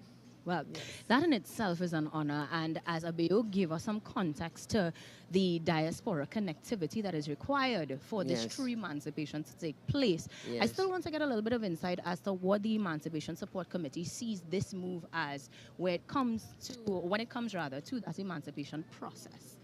Yes, so we have always thought that reconnection with ourself, reconnection with our homeland, reconnection with the people and the cultures of our original homeland is extremely important as part of the emancipation process. Any human being who is disconnected from itself is not able to fully free, and I don't want to say his or herself. Right. You know, that reconnection is critical for our transformation. So we actually are very, very happy to have this really what we would call a spectacular reconnection. Right. But you know, this has been an ongoing process. There has been so many ways, and Ghana in particular has been connected to Trinidad and Tobago. I don't know if people remember that Lord Kitchener. Of course. As this amazing Guardian independent song, and that is so many years ago. So our connection with Ghana has been ongoing. Right. Even as part of the festival, we have 3 entrepreneurs who have been coming from Ghana for over 25 years Right. to be part of the festival. So we do have, and of course, even at a government level, we know that the President of Ghana was here a few years ago. So I am saying that this is an ongoing process, but today is special because we are about to witness, as I said, African royalty, something that we don't have in our psyche as Africans, something Right. that we do not normally associate with ourselves. Right. And I think this is a very important part of our healing. Now, in terms of what we're about to witness, apart from just his presence, there will be speeches, there will be some actual That's right. dialogue between Yes, both yes. him and our Prime Minister, Right. yes? So what we will have the libation is going to be poured, and we expect that a representative from the King's entourage will join our Elder Ekino Moyo with the libation. Then we would have welcome, just greetings from I myself would just welcome everyone. Then we would have the Prime Minister, and then finally we would have the Asante Hene before he joins us for the Cambly. And of course, all of the processions and all of the preparation is happening right behind Yes, us. behind us, But yes. the significance of the libation, give us a little bit more context as to that. Yes. Because everybody knows libations to be drinks, to be exchanges between And comrades of indeed, sorts. and if you notice, when our elders drink, they normally pour. Right. Yes, libation. It is really a recognition and remembrance of our ancestors. Right. So we give them life. When you use water, you give them life. When you use spirits, you give them even more life. You know, Nice. because of the energy of the alcohol. So what we are saying, so pouring libation is really paying tribute, paying homage and remembrance of our ancestors. Well, our ancestors have arrived. Yes, We yes. thank you so much for sharing that insight with us this morning. And of course, I'll let you get to it because the preparations are still Yes, underway as indeed. vehicles are coming to and Yes, fro. yes. But we are making certain that we give you guys at home the opportunity to experience this Emancipation celebration today here on TTT. So thank you so much, Zakia. Thank you so I'm going to much. ask DK to join And me happy again. emancipation to everyone. And happy emancipation to you as well. Thank you, sweetheart. But Yes. DK, come on in on the items because we trying to figure out how we're going to celebrate after this. And so we are going to join the procession. Zakia, you're going to be on the procession as well? From here to the All-Star Spaniard, to the Savannah, To the and Savannah. then tonight for the Flambeau from All-Star Spaniard, from the Savannah back to All-Star Spaniard. All right, all right. Anywhere we procession, I'm there. All right, all right. Well, in that case, I better put on my flats. Yes, yes. And if I can do it, you can do it too. And I'm very happy and I support you. Both of you in But flats. in spirits. No. I'll be there for a portion. You'll be there but for a as bit. but speaking of a portion, we just have a little time before we're getting ready for Yedesi. So we are looking forward to that libation and just looking at that grounding and that sense of connectedness. I'm looking for that engagement. So even the way that the Asante Hene will You be. could feel it and hear it with the drums Definitely. that are coming our way. Let us experience that reconnection and feel it as you're saying, because that's where part of the healing comes, that part of the re-energizing of ourselves, the empowering of ourselves. And with that, Thank guys, you. we're going to take the opportunity to get you guys at home ready for even more after this short break. Stick around, guys. Emancipation celebrations continue here in Port of Spain.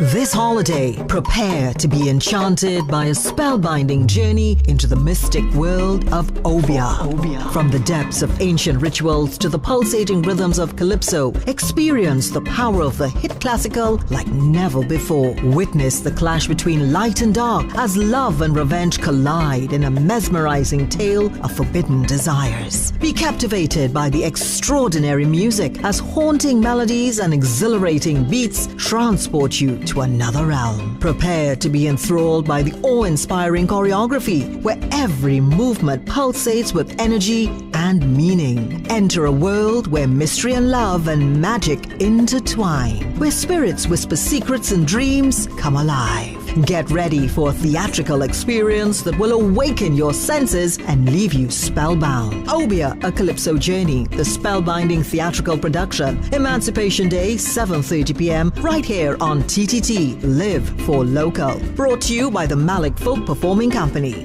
Get ready for Obia. Oh, how good and how pleasant it is, because where one and two are gathered, the presence of the Lord is felt. I say, baby, sit down in the ghetto. Man, I say, I think we face too much of pain. Time for black people to unite. Listen. Pain, pain, pain. Pressure on the youth in the ghetto. Pain, pain when me sing a more. People under pain and sorrow is pain. Don't you regret your decision? Yeah. Never forget where you come from. Oh, no. Could I wear small rings, could I beat them? Listen up again. United Africa. You want people to be free, you know? United. We want to be free. Lord, listen nation. For to be free.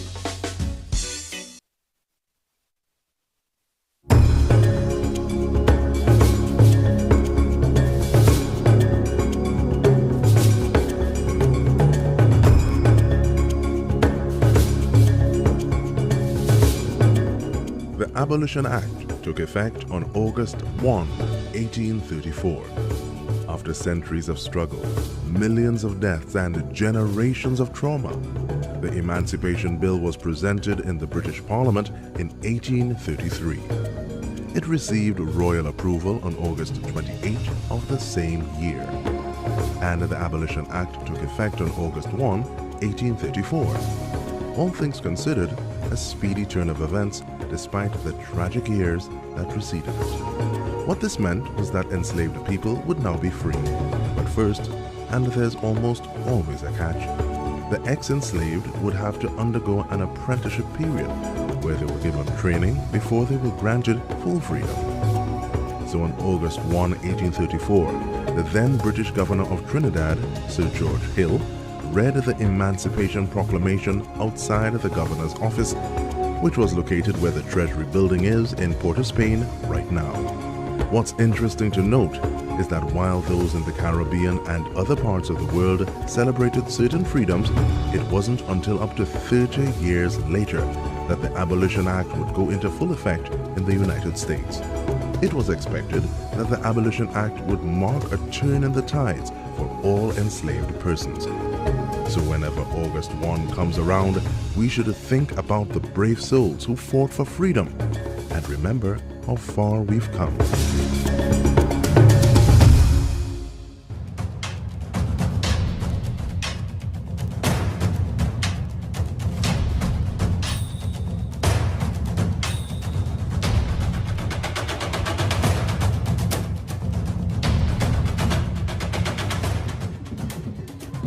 So we would have just finished the Freedom Morning from the IDK group. Now we are into the part of the ceremony that is under the purview of the Emancipation Support Committee of Trinidad and Tobago.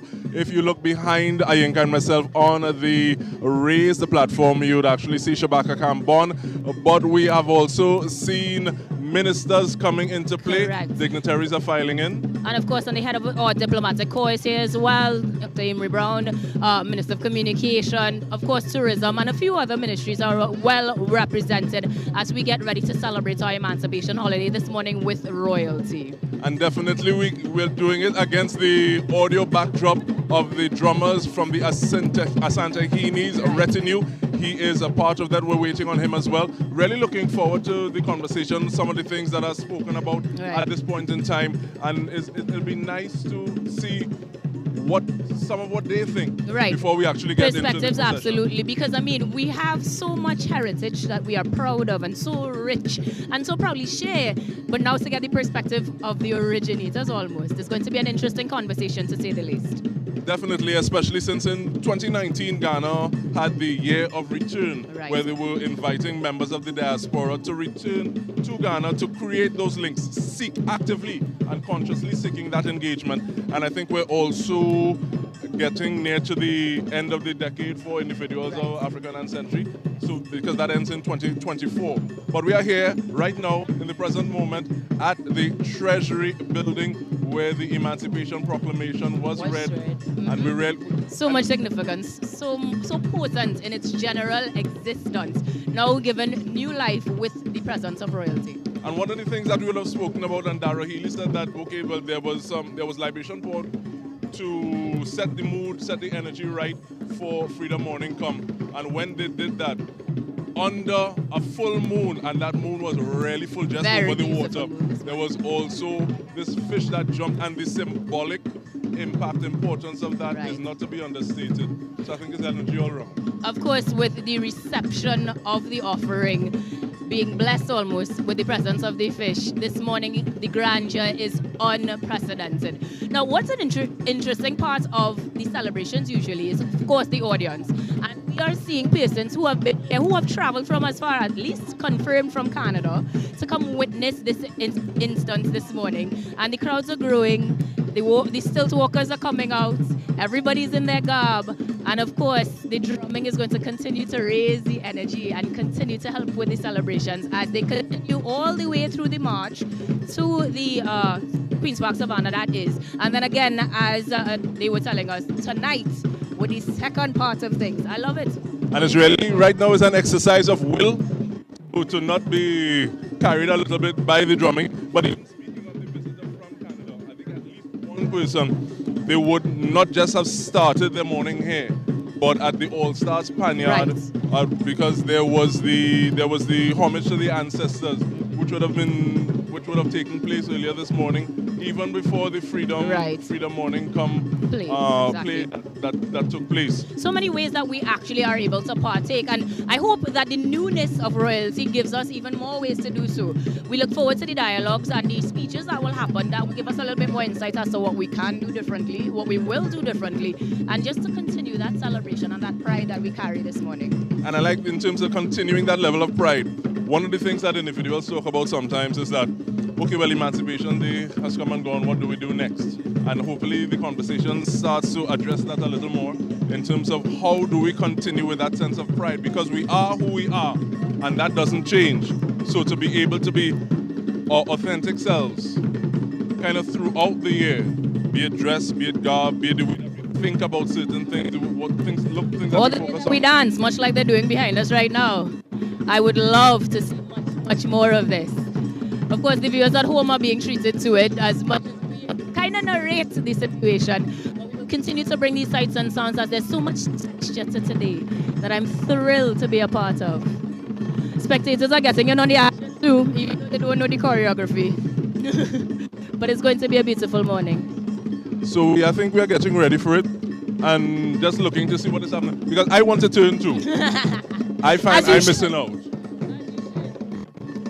Even though most of the Emancipation Support Committee is being positioned properly atop the riser, because I imagine there will be a lot that said to the effect of continuing celebrations and enhancing celebrations. Perhaps we may look forward to more visits from even more royalty continent and the diaspora, and I imagine those will be some of the things that we are looking forward to hearing, and not just as citizens but also as persons simply partaking of the emancipation process. And one of the things that I look at is how many things have come with us, because sometimes there may not have been things that were physically brought, but at the same time they're so ingrained within your DNA that they resonate with your spirit and you do them naturally.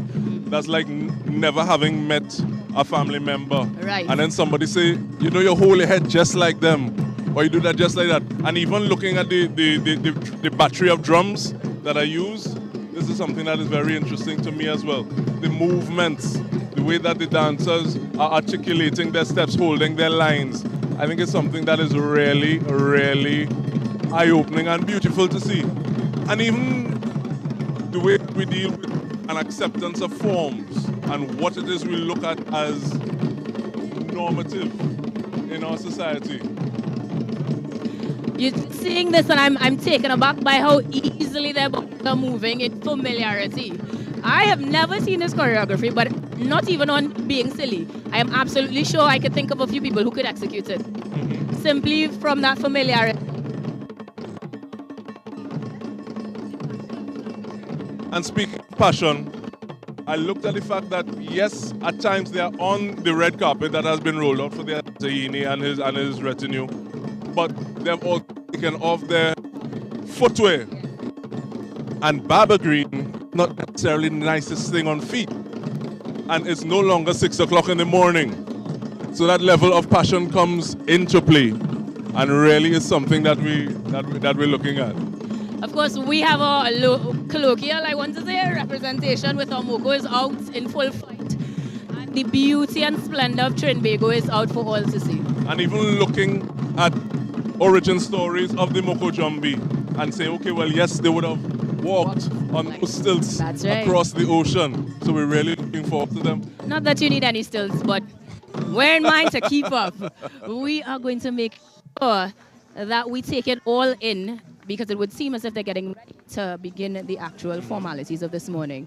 And one of the things I look at, though, is the different groups that come in to make their presence felt. There are persons who they have their focus solely on emancipation. Right. There are some who look at the fact that it is independence in Haiti or Haiti, looking at the role and just the precedent that our brothers and sisters in Haiti would have shared for the rest of this space, that we can do it as well. We can grasp our freedom in addition to just those different tiers of a struggle. Well, in that case, it is no surprise, because we were the first of the Caribbean nations to celebrate emancipation. And so we are going to make sure that that happens in full flight today as we get ready to take a quick break. But don't worry, guys, we're going to continue to bring the sights, the sounds, the textures, the prides, and the celebration of Emancipation 2023.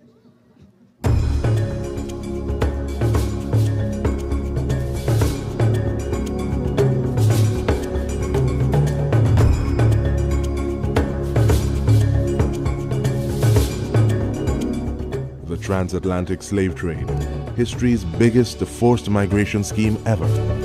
Let's take it back to almost 500 years ago, 1526, when African men, women, and children living on the continent were taken by force from their homes. A catastrophic act that changed the lives of the survivors and their descendants even to this day. The triangular journey began in Europe, proceeded to Africa, and then along the Middle Passage to the Americas. African people were bound and shackled, crammed into tight quarters with very little room and even less air. So as you can imagine, many lives were lost. This ordeal lasted for over 300 years, until approximately 1867, a dark part in history that we never want to see repeated.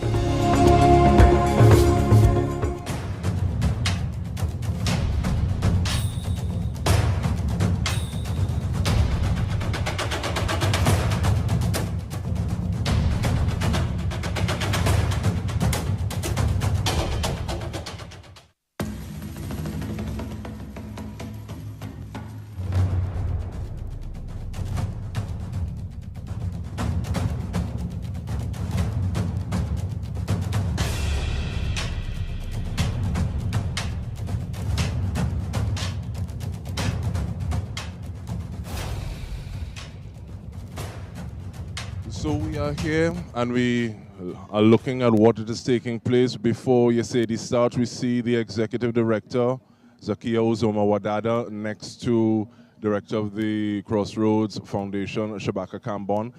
On the platform, the Raise the Platform, we see many individuals from our current administration. We have, I guess he would be our line minister, Correct. Simon de Nobrega. Correct. Communications. We also have the head of the diplomatic corps, Dr. Emery Brown, present with us this morning, seated next to Minister in the Ministry of Tourism, Randall Mitchell. And we do have formal openings. So we take you to that.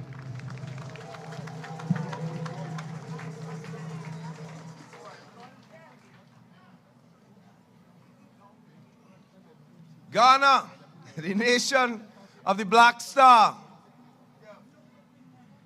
We recall today the great Kwame Nkrumah. Let's give him a round of applause. And Kwame was heavily inspired by the work of our brothers and sisters right here in the Caribbean. Directly, of course, by Marcus Garvey, where that Black Star comes from, the Black Star liner. But of course, Marcus Garvey was influenced in the way that he set up his organization and his work by a Trinidadian called Henry Sylvester Williams. Let us remember that brother who organized the first Pan-African conference in 1900, which set the tone for liberation for the 20th century. Henry Sylvester Williams, remember that. We tend to forget. We must remember our ancestors on days like today. Now this, brothers and sisters,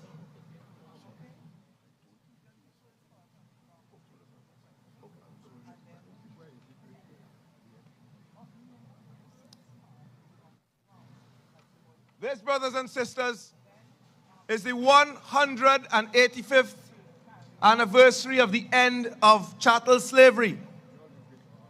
And even as we celebrate that step forward in human civilization, that is the end of the right of one person to own another, to do it as ye will until death, we acknowledge that the Emancipation Proclamation, which was read out right here in 1833, was one of the most criminal acts in history. That act acknowledged the right of the former slave masters to have owned our ancestors. And the vast majority of the provisions in that act organized for them to receive compensation rather than us for the loss of our ancestors in property. The official figure paid by the British government, which we all know, £20 million, is only part of the story. So today I'm going to share the other part. They arranged for our ancestors to work another 6 years. It turned out to be 4 years for free. That amounts to £27 million. What I'm telling you this morning, brothers and sisters, perhaps you're hearing it for the first time, is that your ancestors paid more for your freedom than the British government. And to give you a sense of how much money the British government paid, it was 40% of their annual budget. And it took the government of England until 2015 to pay back the money they had borrowed to pay the masters for our freedom. So, we acknowledge that fact. We acknowledge that upon emancipation, emancipation like independence didn't mean freedom. Both of them were opportunities for us to build freedom. Opportunities, the beginning of a process, not the end in itself.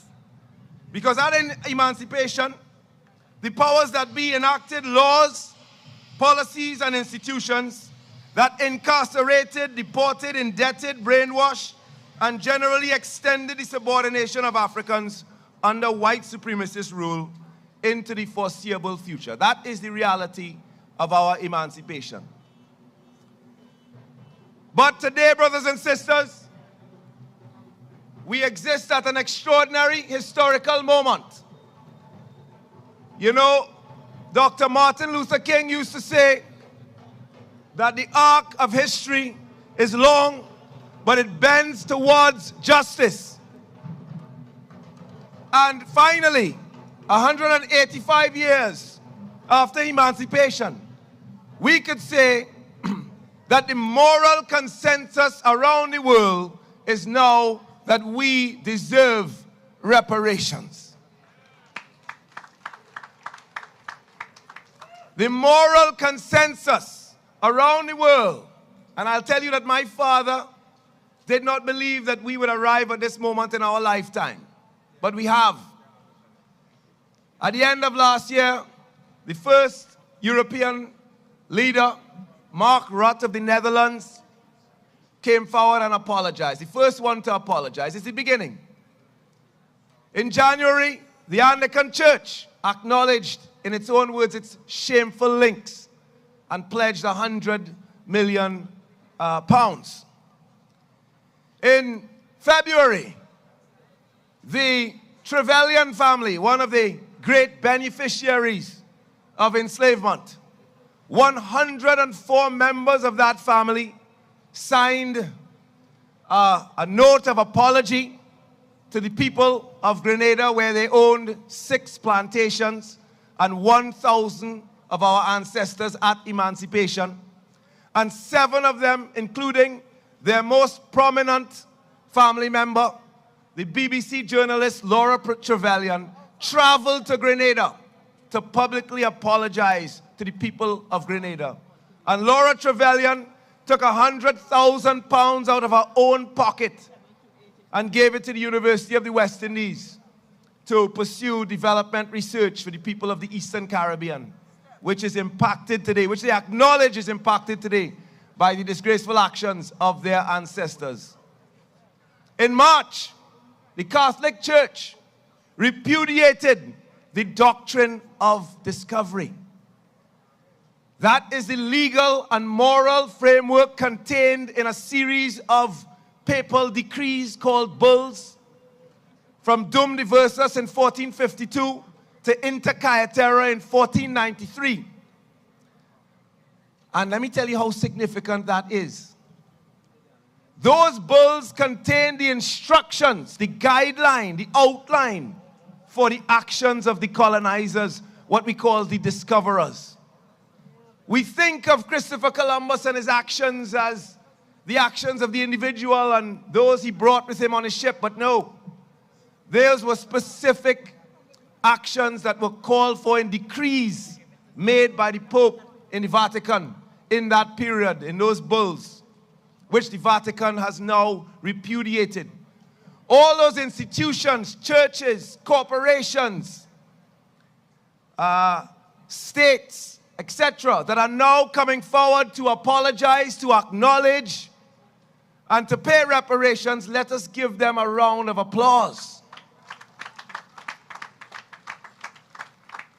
And let me tell you today that the just emancipation that is about to emerge in this new environment, and let me tell you, it's not a fait accompli. We have to continue to push.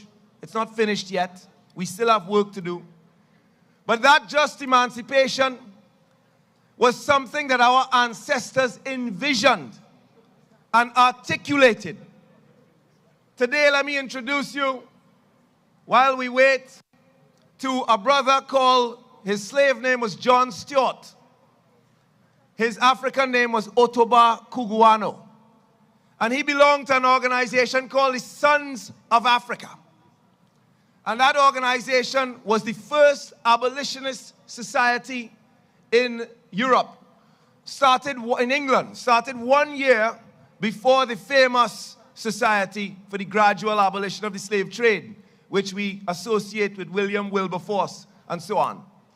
Now in your schools, they will teach you about Wilberforce and Clarkson and so on, but they will not teach you about Otoba Kuguano, Mary King, Mary Prince, Oluda Equiano, and others who started the first abolitionist society in England, on which the Europeans modeled their societies. And there's a difference between the emancipation envisioned by Wilberforce and the elites of England and the emancipation envisioned by our ancestors who set up the first abolitionist society. They demanded in the 1780s immediate emancipation. They demanded in the 1780s immediate compensation, not for slave masters, but for our ancestors. They demanded that those who had been deprived of education, our children, be given free education. They demanded land. This is 30 years before Wilberforce and they even began to think and speak about emancipation. Our ancestors demanded those things. We recognize them. Let us remember them this morning with a lusty round of applause.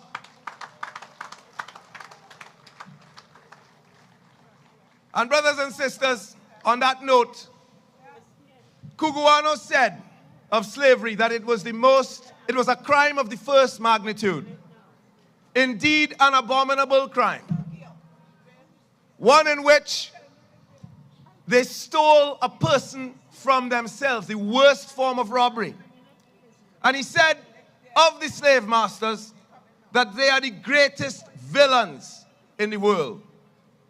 To quote him, if a man not have love in his heart for his fellow creatures, none of his virtues are worth a salt.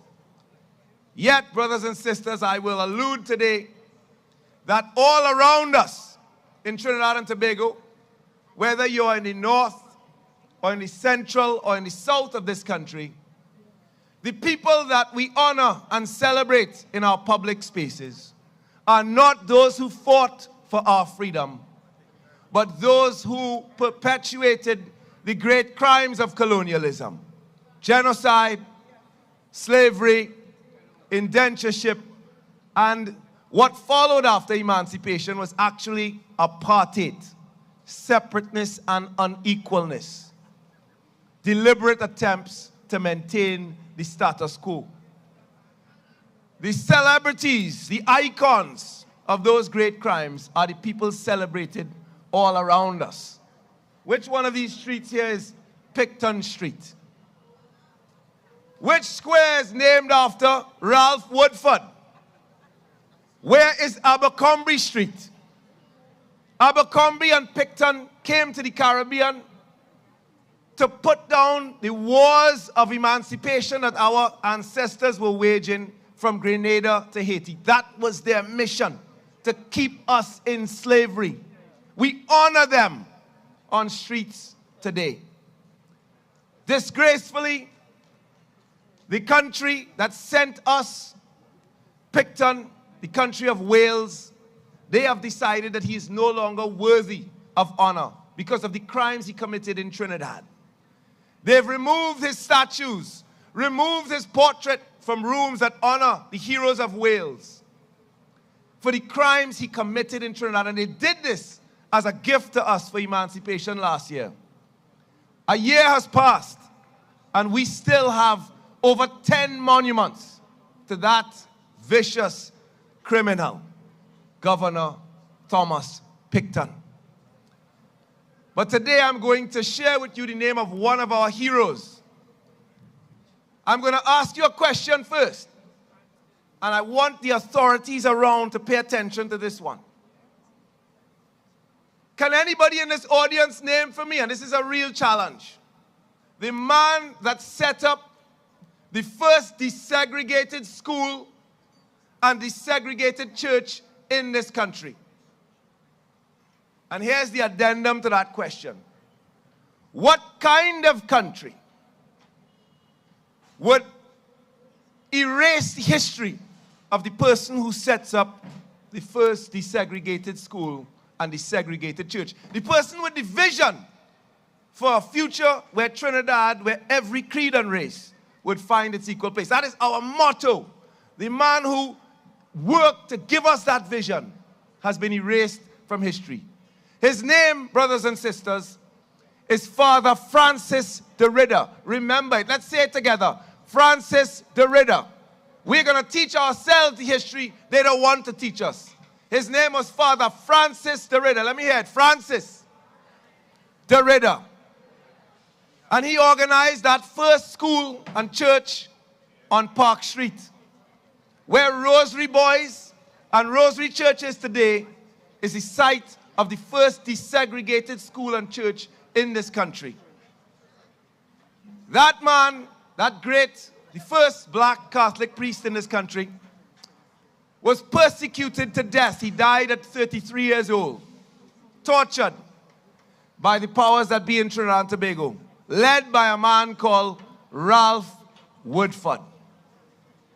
Now, this is a private question. Ask yourself in your heart, what kind of society would erase Francis de Ridder and celebrate Ralph Woodford, the greatest white supremacist in our history?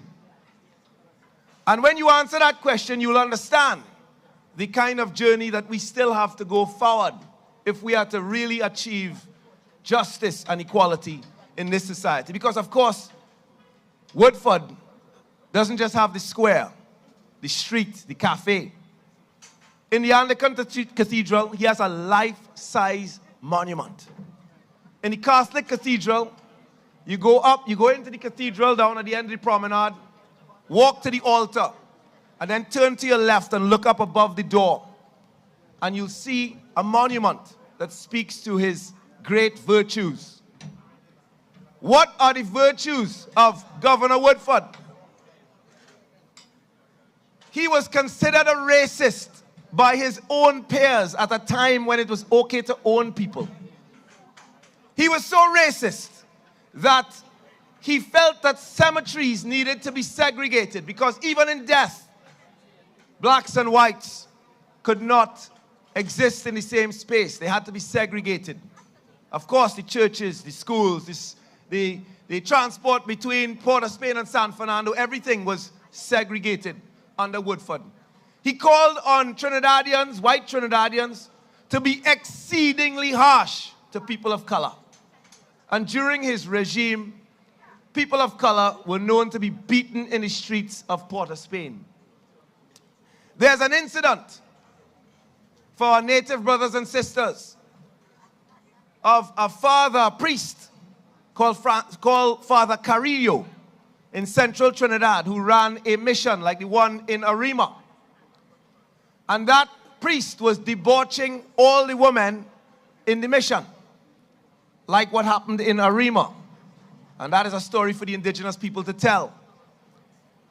But the men in that mission, or that quasi-plantation, came to Port of Spain. They walked from central Trinidad to Port of Spain to report the crimes of Father Carrillo to Governor Woodford. Governor Woodford told them, acted like if he was listening to them, like he was concerned about their issue. And I'm not talking about our politicians today. We have some good politicians today. But back in that day, we're getting some applause here. Back in that day, we had some bad politicians like Woodford. And Woodford wrote a note and dispatched it on horseback to Carrillo. Told the men to go back, he would deal with it. When the indigenous people got back to Carrillo, he beat all of them and sent them to work in South and continued his debauchery in the mission. Woodford was so racist that he tried to stop Africans from owning land, from reading. He banned the literary society. White masters who had colored children, mixed children, and who had sent those children abroad to study things like medicine. When they came back home, even though there was a shortage of doctors in the colony, they were not allowed to practice under Woodford. White slave masters who felt that they should pass their land on to colored children, they were not allowed to pass that land under Governor Woodford. We honor Governor Woodford, as I said, with monuments everywhere. in the center of our town, it cannot continue. Not while Francis de Ridder sits in the dustbin of history, the man who organized the first desegregated school and desegregated church in this country, who gave us a vision for the future that we are still working towards. If you're with me, let me hear you.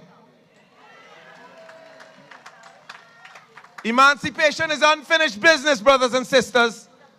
Like independence, we have work to do. We have to give form and substance to these ideas.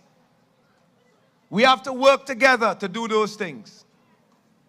And so let me invite our brothers and sisters now to give us some drums this morning as we await the presence of His Majesty and our Prime Minister. Come, brothers and sisters, where are our drummers? Let us begin, my brothers.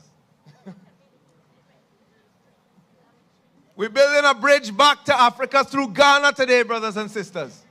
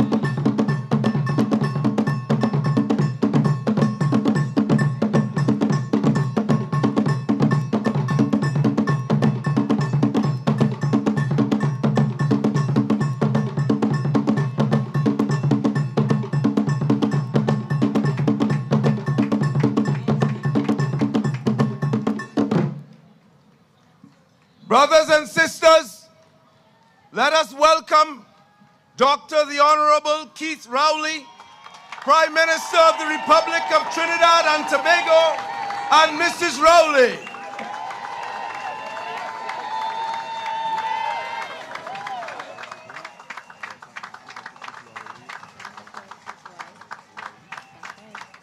Just arriving to group.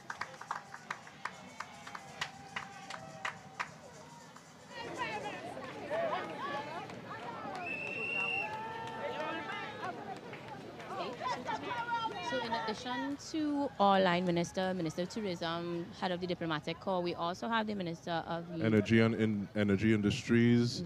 We have, I'm seeing MP Keith Scotland, the Minister Marvin Gonzalez, the Minister of National Security Fitzgerald Hines, and also one of the persons that I just realized, I think I'm seeing Professor Verena Shepherd, head of the repatriation movement within the diaspora. Which makes complete sense. I mean, definitely.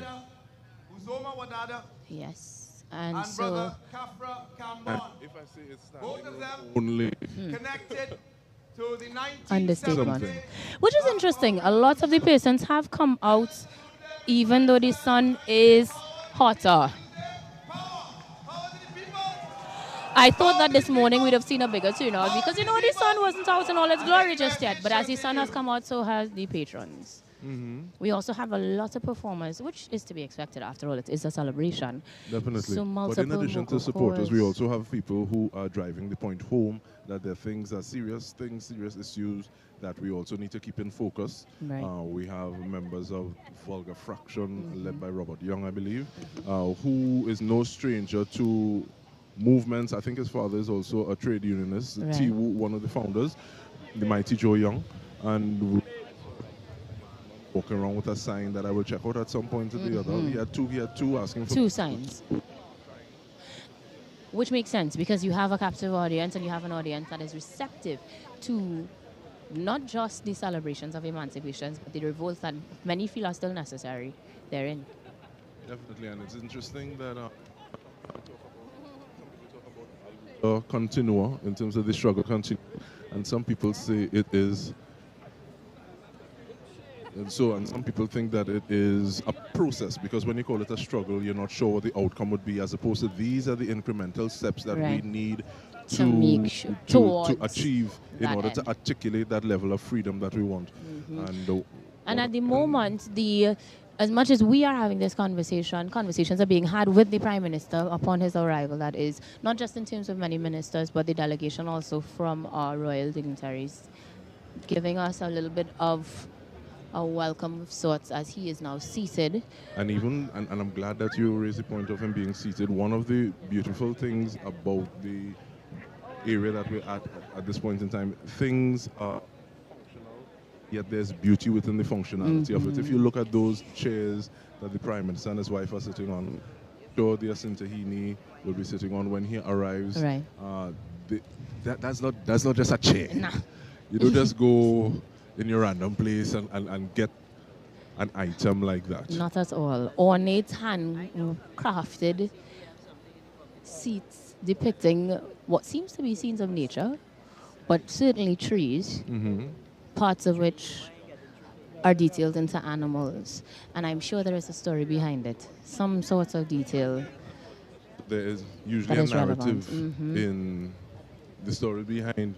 And so like somebody just passed and said hello, but that also just reminds of the energy of a day like this where you see individuals where you have not for a while. Right. And this is both throughout the mundane routine of the calendar year, in Right. addition to coming out of the Of pandemic. the pandemic. So there are individuals who are they've been waiting for an event like this, and they're Absolutely. very happy.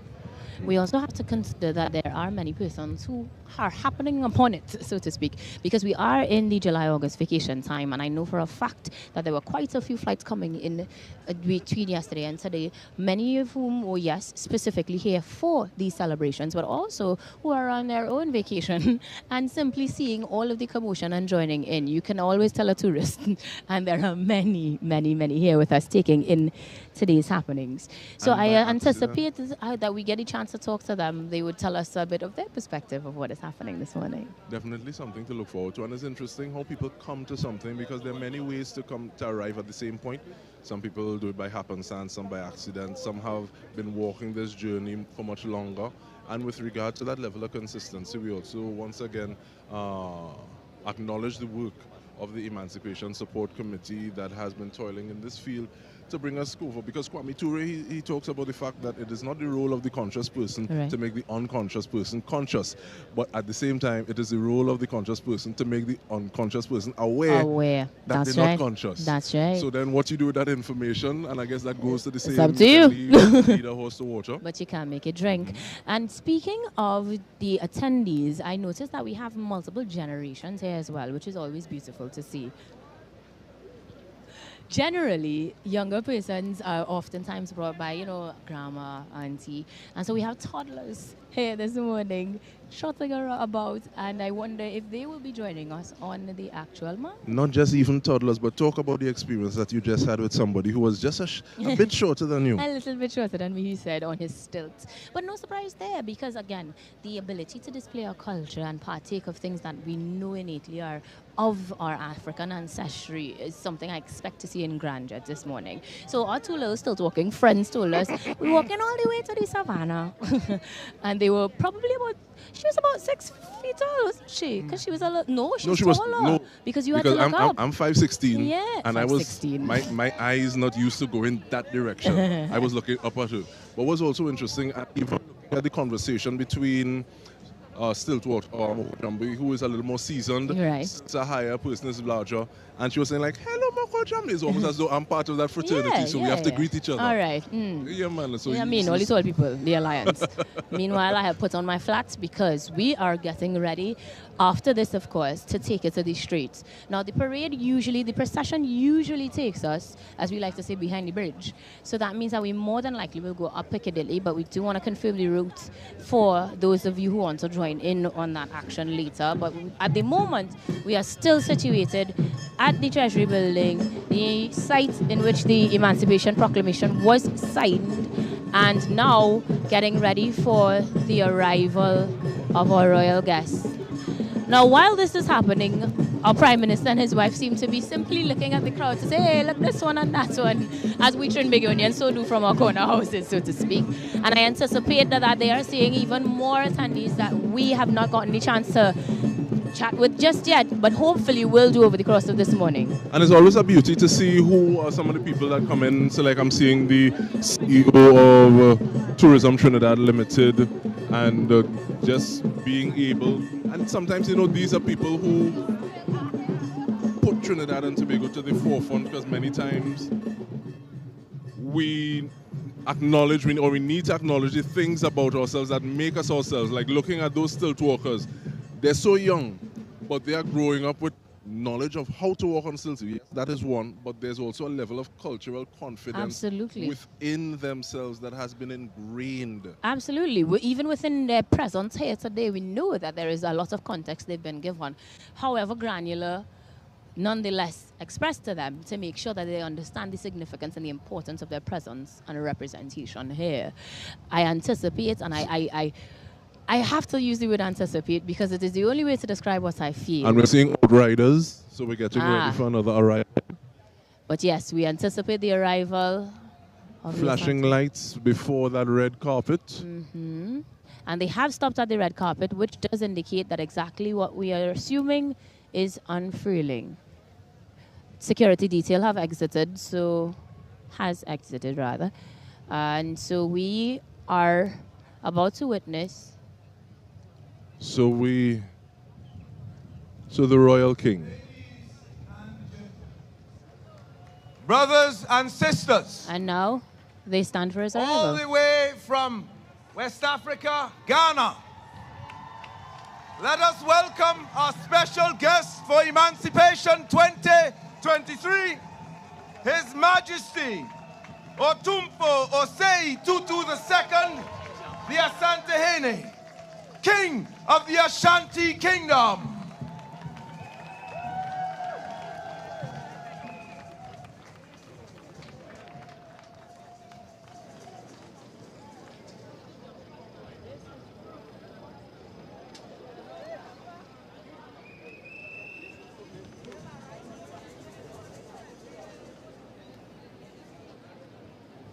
Once again, brothers and sisters, a warm welcome. Let our brothers and sisters from the continent feel that welcome this time.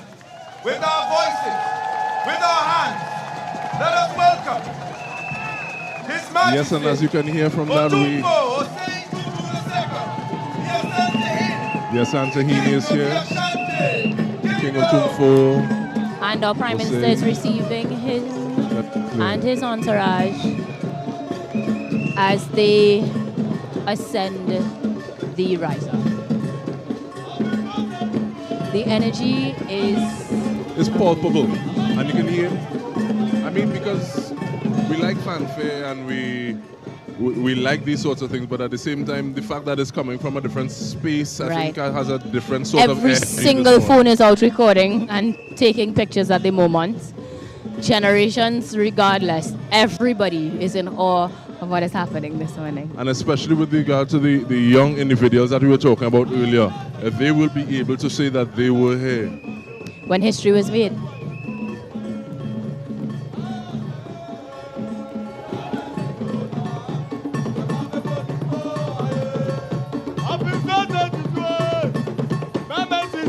At this point, traditional dance.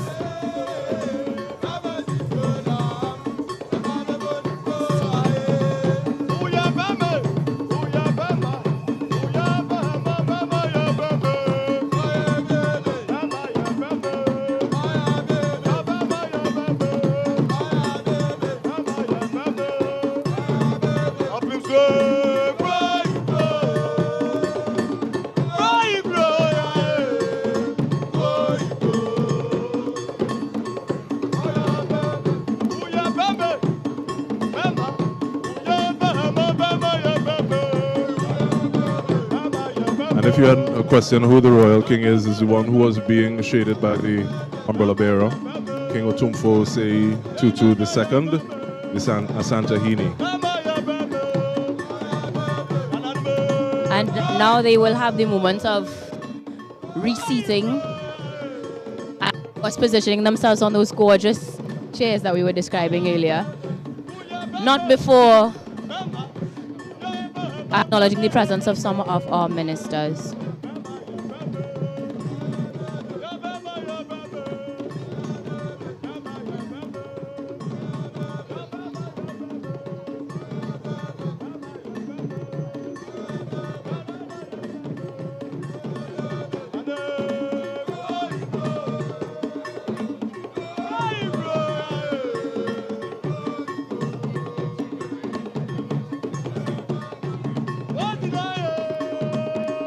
It was a thought I had, but I also remembered that generally, we were talking about this before, a lot of our heritage may have lost in the sense of literally lost in transition, but we will get a chance to learn whether or not this is traditional, formal way, if this is specific to the location, or if it's simple today because of the region being warm as well. It's going to be to find out. Lost necessarily, but systematically suppressed. Yep. Yep. So that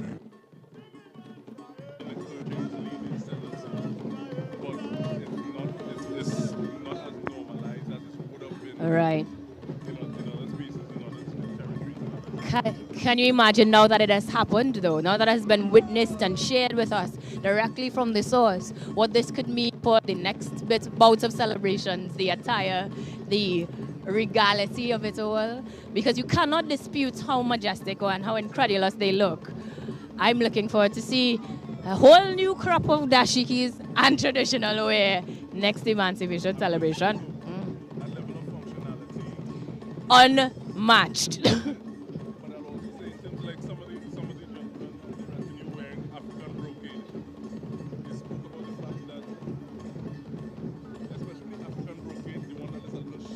Right. Some of those fellas who wear t-shirts under because they committed. Yep. Absolutely.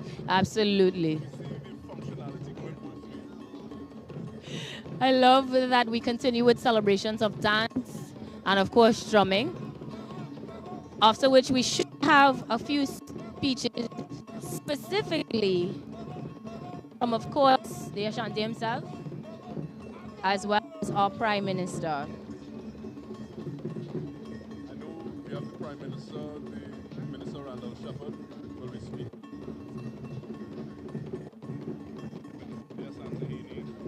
And of course, that will be the indicator for the parade to begin after these Asante speeches. But we will be hearing from a few more persons this morning, simply because nothing like this has ever happened on our shores for Emancipation celebration before. And so we will make the most of it.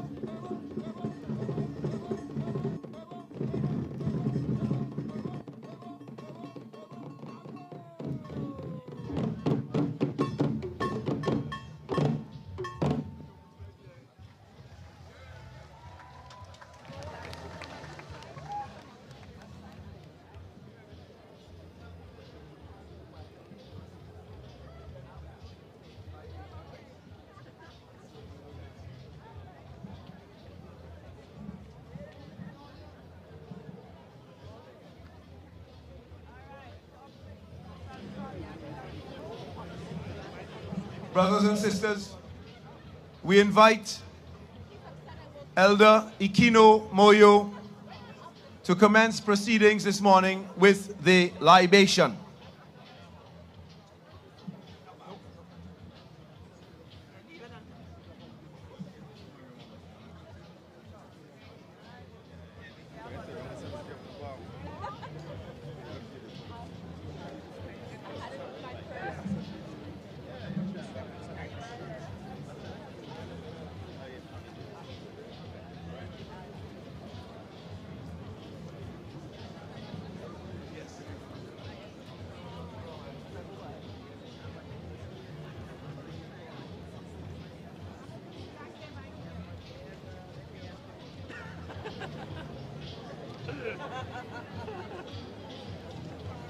She has to buy with security too.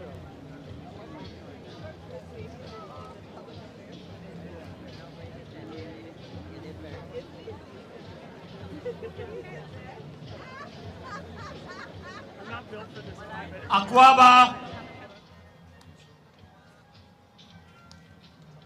Akwaba Mame.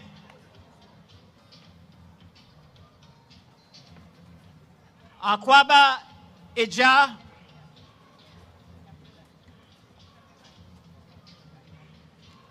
Akwaba Ababa. Akwaba Ababa Rima.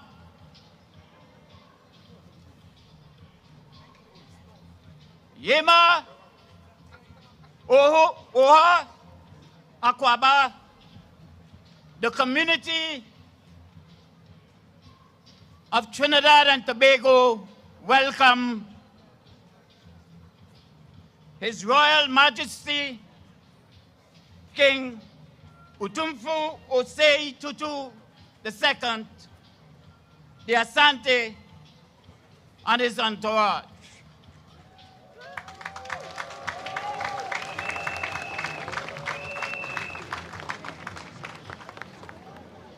Welcome the Honorable Prime Minister of Trinidad and Tobago, Dr. Keith Rowley, and his wife, Mrs. Sharon Rowley.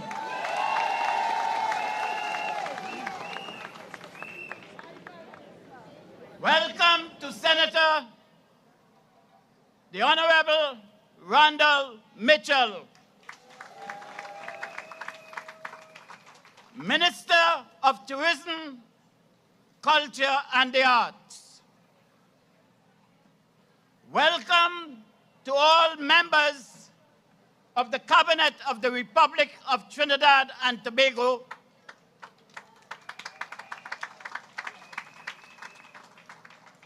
Welcome to all members of the Parliament of the Republic of Trinidad and Tobago. Welcome to all members of the Diplomatic Corps. Welcome, Brother Kafra Cambon, Director of Foreign and Caribbean CARICOM Affairs. Welcome to Sister Zakia Yumuza Wadada, the chair of the Emancipation Support Committee of Trinidad and Tobago,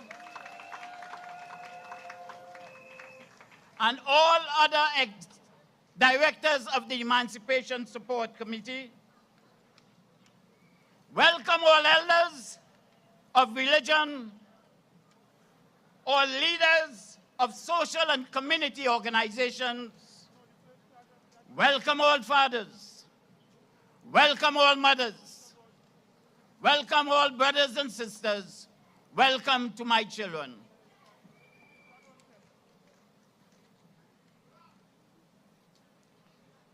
I have extended welcome to all mothers, fathers, all sons and all daughters, and all my children in the Twi language of the Akan, one of the largest ethnic groups in Ghana. Greetings, greetings, greetings to all. Ashe. I greet you in the name of our glorious and courageous ancestors, those near and those far, requesting respectfully that they render mercy and bear witness to our words and deeds this Emancipation morning. A happy, reflective, and introspective emancipation to all. All members of the national community, all members of the regional community, and all members of the international community. Happy emancipation to all.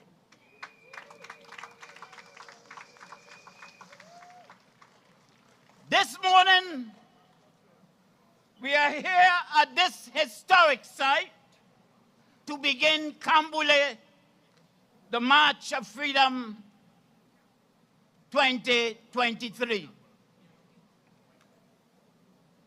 Let me remind you that it was at this historic site that the then Governor George Fitzgerald Hill pronounced in 1834 that our enslaved ancestors were both free and unfree. In an amazing piece of doublespeak, according to Dr. Tony Martin. This set the tone for our enslaved ancestors in the English-speaking colonies to be agitated considerably when they realized that freedom was not going to be immediate, but that they were to continue to serve a further 6-year period of apprenticeship, a period referred to by Dr. Tony Martin as a savage interlude. In fact, this intended 6-year apprenticeship system lasted for only 4 years. It was at the end of this 4-year savage interlude that our ancestors were deemed free men and free women. This is why we begin the commemoration of the emancipation of our ancestors from the year 1838 and not 1834. As such, this year marks the 185th anniversary of freedom of our ancestors from enslavement in the English-speaking colonies.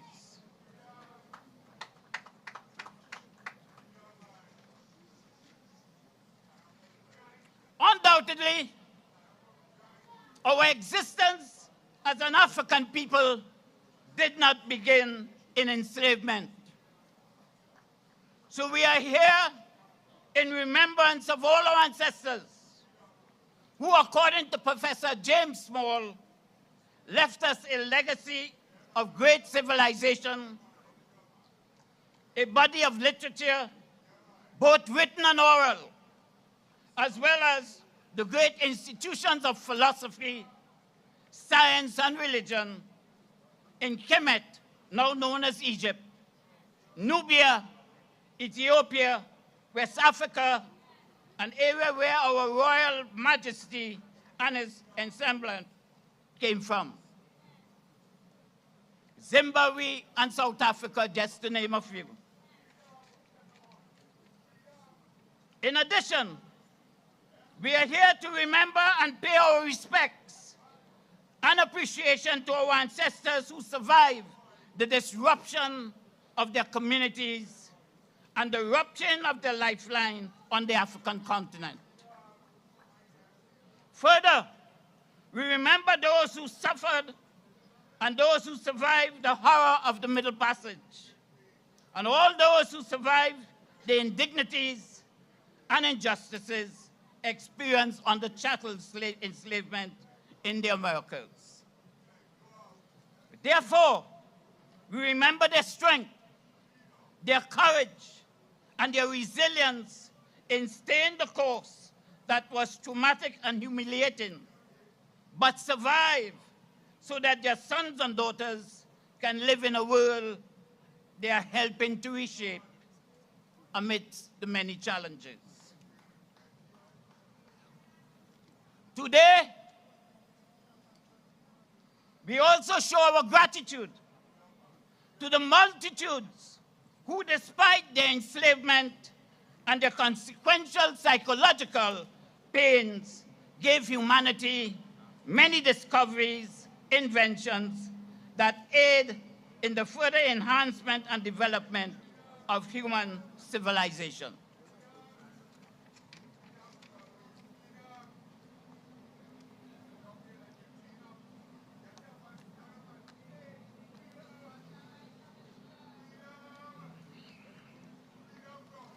Now, African conception teaches us that as we remember our ancestors through the libation we are about to pour, what in fact we are doing is keeping them alive, thus energizing our national and international communities positively.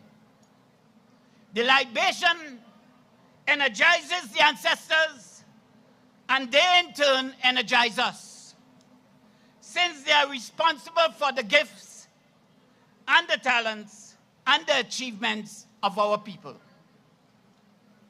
As we pour this libation, we acknowledge our ancestors for giving us life and for being a source of inspiration. And the energy transfer in this process build the consciousness of our being. This consciousness will liberate the mind and empower us in efforts to continue the growth and development of our community, thus confronting the many contemporary challenges we face as a people, now and in the future, with dignity and courage. Hence, the occasion we commemorate brings a joy to our hearts and a smile to our faces, according to Frederick Douglass. Indeed, today we are overjoyed to have among us, for this year's commemoration, the Asante Hene, His Royal Majesty, the Ashanti King Utufu Osei Tutu II, and his ensemble.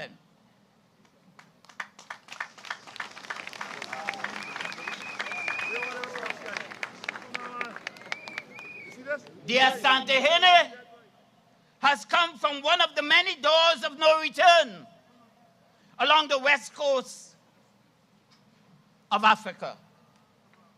To be specific, the door of no return in Ghana, where many of our ancestors were shipped in chains to make that horrendous Middle Passage journey to the Americas. Clearly, as a result of this experience, the African continent was the victim of imperial exploitation and slavery, and suffered a massive loss in human population, according to J.P. Patterson, former Prime Minister of Jamaica.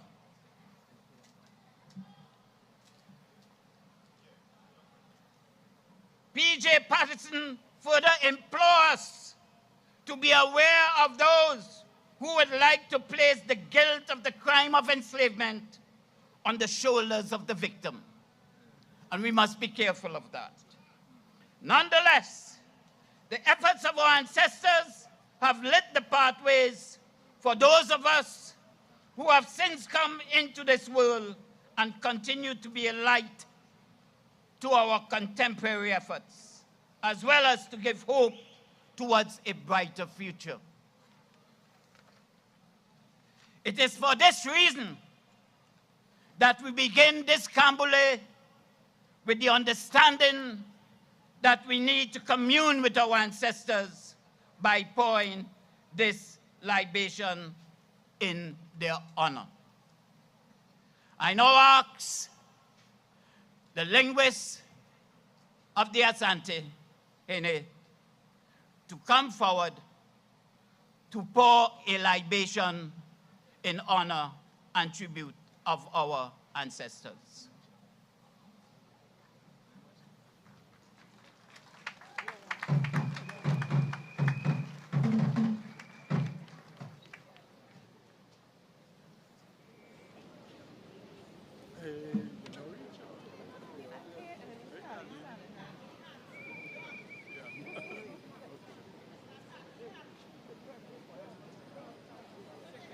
Mr.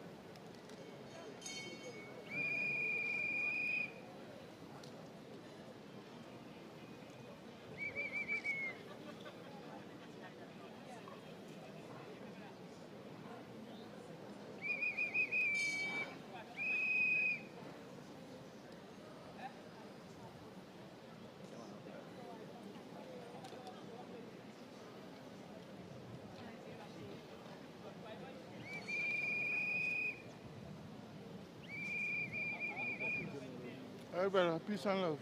Right.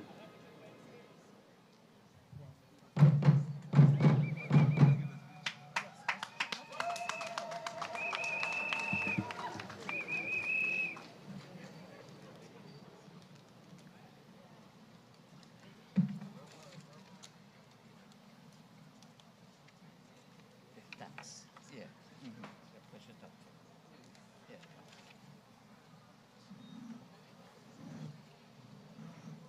We have this Cambule in honor of all our ancestors who have walked tall on this earth, who have made significant contributions to the development of humanity in the past, and those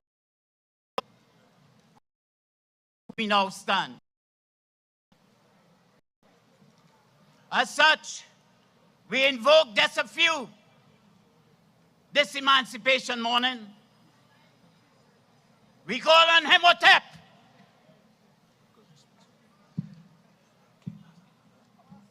yes, okay.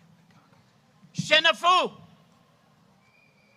Kufu, Queen Nzinga, Ya Asante Wa, Christophe, Nani, Toussé, Dessalines, Bookman, McCandle, Sojourner Truth, Harriet Tubman, Henry Sylvester Williams, Marcus Mosiah Garvey, Elmer Francois, George Padmore, Claudia Jones, Clement Bain, Malcolm X, Dr. Martin Luther King, Audrey Jeffers, Jim Barrett, Kwame Nkrumah,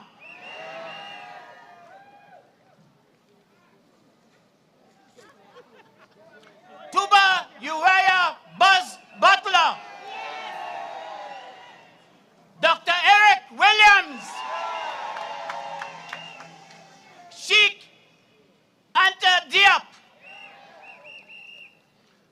Walter Rodney, C.L.R. James, Lancelot Kiburlane, Lidj Yasu Omowale, Kwame Nkrumah, Kwame Ture, Baba Sam Fells, Kwame Mushlobane, Urunku Baka, Dudley Thompson, Jaja Onuglu, Professor Tony Martin, Nelson Mandela, Lassana Kwesi, Anum Bankole, Dr. Ben Yotkanan, Muhammad Ali,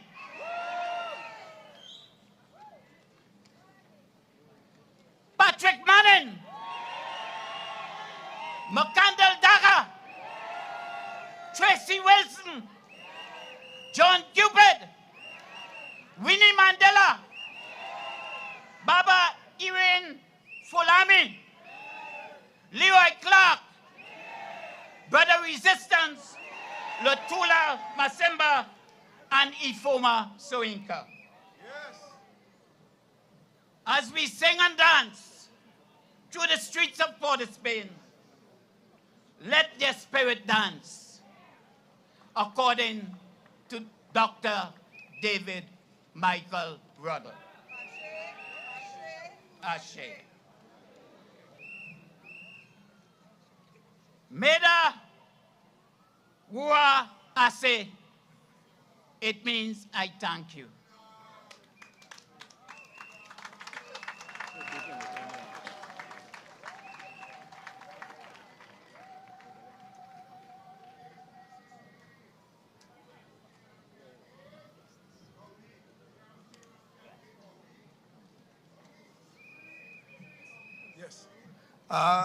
We thank our elder, Brother Ikino Moyo, for that beautiful libation with a round of applause.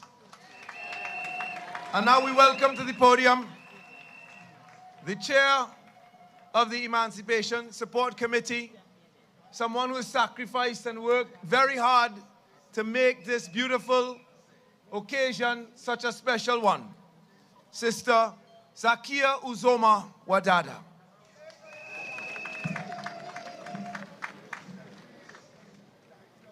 Good morning, brothers and sisters. I want to welcome the Trinidad and Tobago welcome, a diaspora welcome, and I want you to join me as we welcome with our hearts, our spirits, and our voices, our King, Otumfo Osei Tutu II, the Asante Hene to Trinidad and Tobago.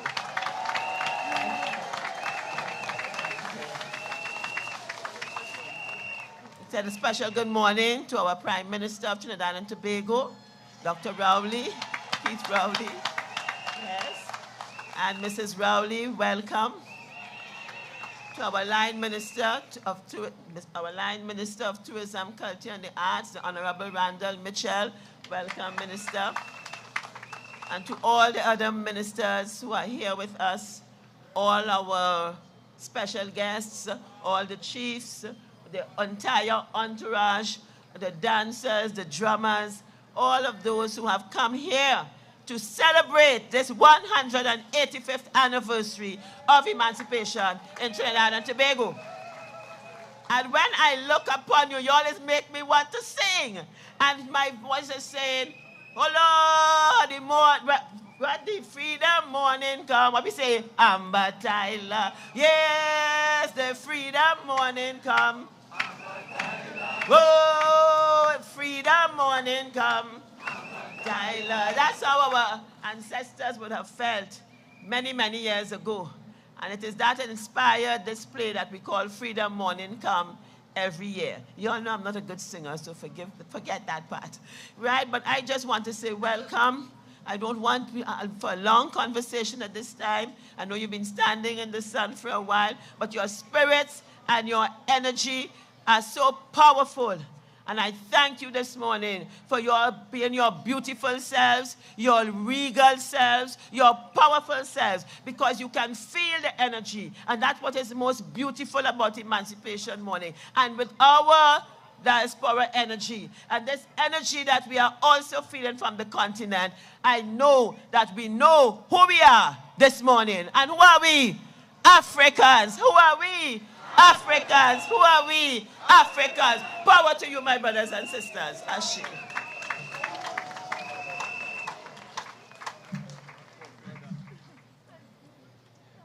Thank you very much. Our chairwoman, Zakia Uzoma Wadada. Let's give her a round of applause. Lifting the spirits this morning.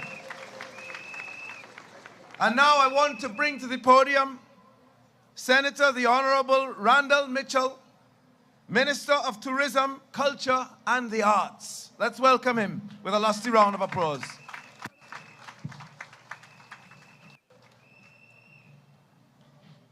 Thank you very much. Good morning, good morning.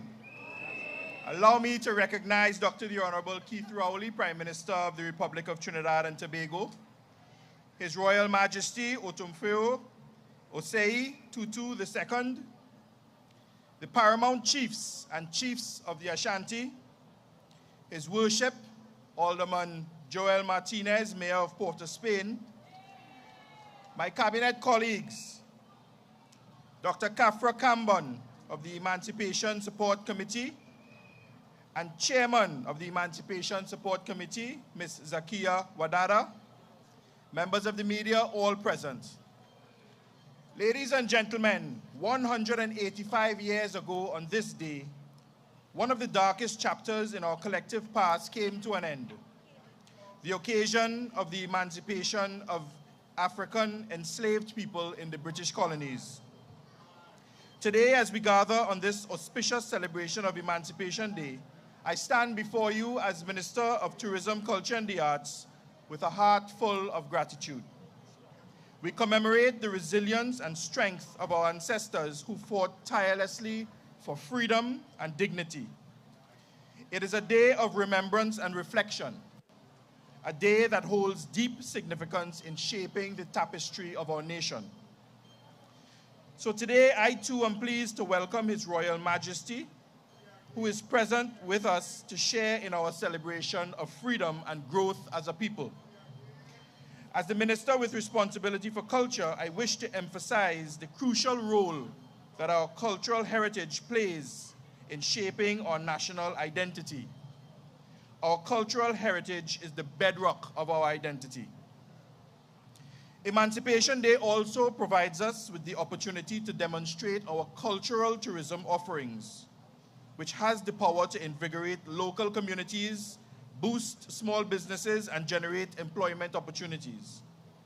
It is a catalyst for showcasing our vibrant culture and heritage to the world. And we will continue to promote the unique cultural offerings of Trinidad and Tobago.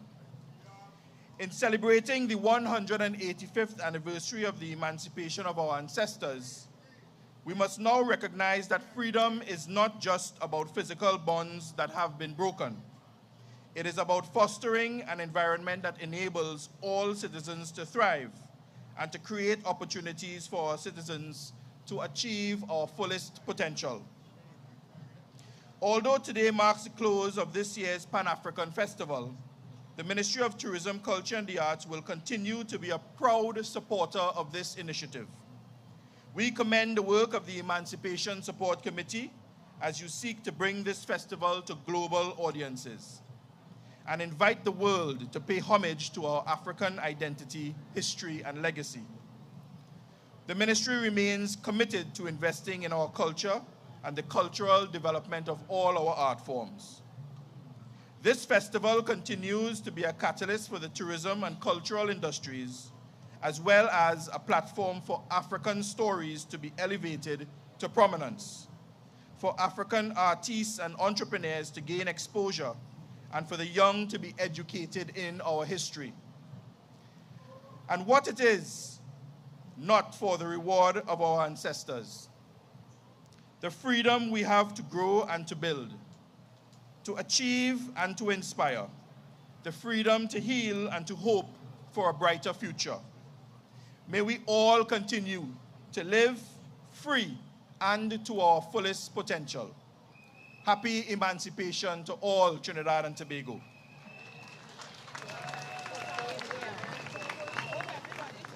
Brothers and sisters, let me say something. This minister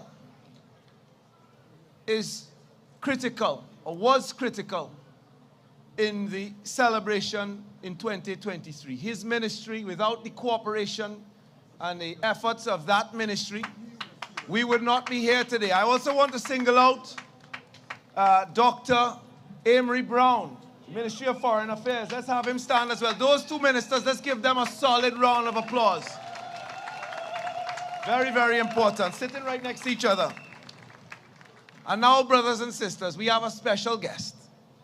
And we want to show that guest the way we treat our own leaders in this country, the respect that our leaders deserve in this country. We want to be our best selves in this moment. I want us to welcome to the podium let me get this protocol, you can't miss this protocol. Dr. the Honorable Keith Rowley, Prime Minister of the Republic of Trinidad and Tobago.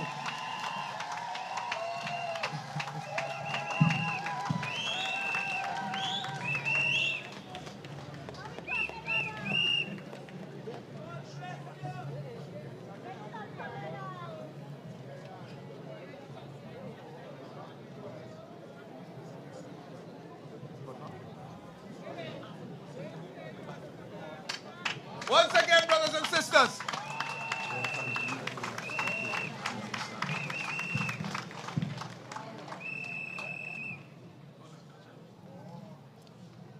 Thank you very much. His Royal Majesty Otumfo Osei Tutu II, the Asantehene of the Ashanti Kingdom. Senator the Honorable Randall Mitchell, Minister of Tourism, Culture and the Arts. Ministers of Government, Paramount Chiefs of the Ashanti Kingdom, Queen Mothers of the Ashanti Kingdom, Ms. Zakia Uzuma Wadada, Chairman of the Emancipation Support Committee, Members of Parliament, members of the Emancipation Support Committee all, brothers and sisters, welcome to our emancipation celebrations.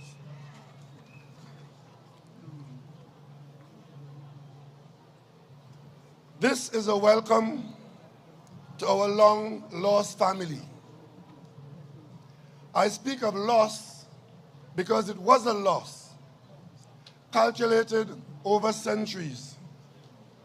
It was one that forcefully sent millions of African people to this side of the globe, with the vast waters of the Atlantic separating us, disconnecting us from our African ancestry. For us, the concept of history was Europe's. History was theirs, and it was ours. We were told and taught for many years that Africa was a dark continent. Its people, primitive. For some, even subhuman. Its civilization also dark, foreign, and in many references, it did not even exist.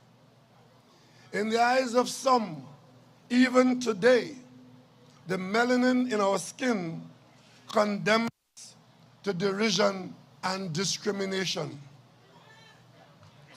So generations of the enslaved on this side of the Atlantic grew up knowing little or nothing of Africa's history, the diversity and greatness of its peoples, its ethnicities, its empires, their wars of resistance to European domination, and of Africa's contribution to world civilization.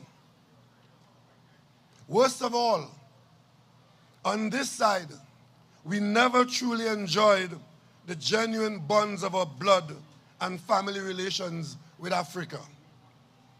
So today is indeed a significant day. It is significant to our citizens of African descent, and particularly to our younger generation, many of whom are witnessing and discovering for the first time the presence, stature, and majesty of African royalty in our midst.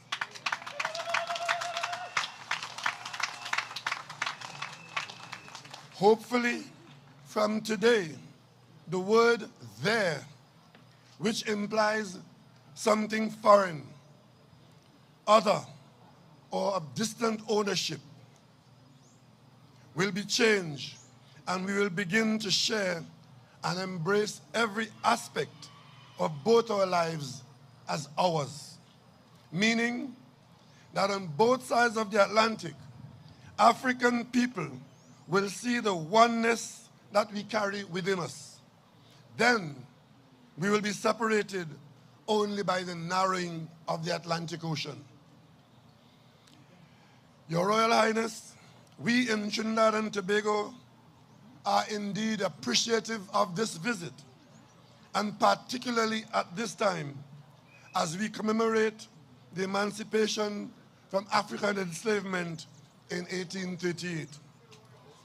Historians on both sides of the Atlantic have written volumes on the torturous experiences of our ancestors, who in some parts of the Americas were equated with animals in the fields, to be flogged, bought and sold, and the idea of family was erased with extreme brutality. Enslavement over some 400 years meant not only dawn to dusk work in the fields, but a destruction of all of the enslaved's cultural support. His or her personhood, their family systems, religion, music, art, culture, language, this being our lot. The concepts of ownership, asset, and wealth were clearly not meant for us, according to them. One historian describes us, the descendants of the enslaved, as victims of an African cultural holocaust. Another historian suggests that there should be a middle passage plan for Africans, with Europe giving reparations to areas of the diaspora, similar to the reconstruction designs of the Marshall Plan, which was effected after World War II. You will no doubt be familiar with the continuing efforts and appeals in this area to the former European colonizers. Some, the direct beneficiaries of this Holocaust, prefer to write new revisionist history to pretend that it didn't happen. Some pat us on the shoulder to say to us, let's just move on. It couldn't have been all that bad. And most recently, bold-faced morons are now even suggesting that we should be grateful for a according to them, benefits that were bestowed, unquote, upon us by slavery through language and acculturation. But in spite of Europe's calculated attempts at dehumanizing us, there was always resistance. As C.L.R. James, one of Trinidad and Tobago's foremost literary figures, concluded, African slaves fought back powerfully with the contents of their minds, the memories, the logic, and the resilience of the people. I speak proudly today that what C.L.R. James identified some 80 odd years ago continue to be realized in the contributions of citizens of Trinidad and Tobago to the world stage. For example, we have created and given the world our steel pan, our calypso, our soca music. We have gone on to influence musical forms even in Africa. We have done so, creating the world's first gas-based economy, developed innovations in the oil industry, established the world-class Point Lisas industrial estate.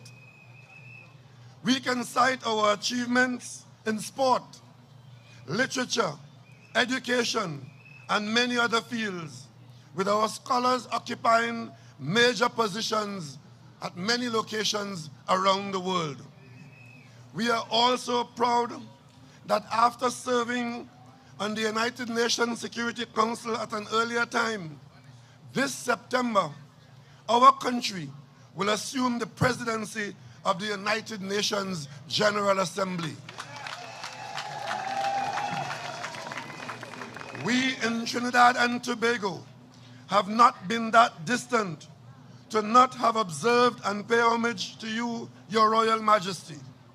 We have recognized your personal background, your preparatory early work, life and training in the United Kingdom and Canada, and we acknowledge your achievements, particularly your Pillar of Peace Award for the settlement of differences between two royal families, and of course, your chancellorship of the Kwame Nkrumah University of Science and Technology.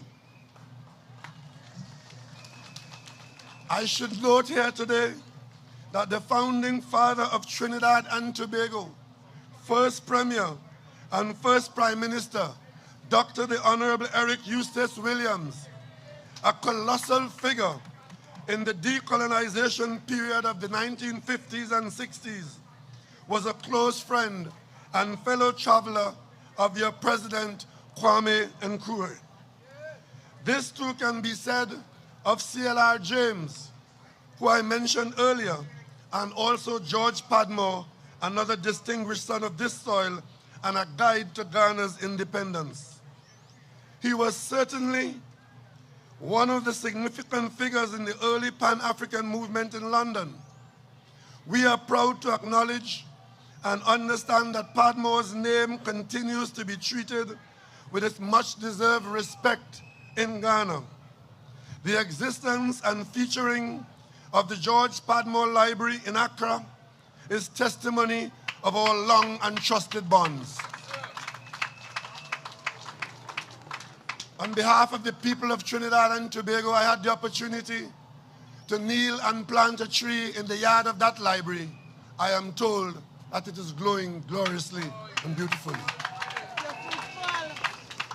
I admit that I am personally interested in this aspect with the hope that, along with the commercial prospects in the hydrocarbon business that have been discussed earlier between our people and our governments, there could be some measure of continuous collaboration and exchange between your university and our University of the West Indies and the University of Trinidad and Tobago, as both our regions continue to focus on the advancing technologies and other disciplines as we travel into the 21st century. Your Royal Highness, again, on behalf of all the people of Trinidad and Tobago, particularly on behalf of the African people of Trinidad and Tobago, Welcome to Trinidad and Tobago and our Emancipation Day 2023. I thank you for your visit, and I trust that you will enjoy your stay. Welcome and thank you.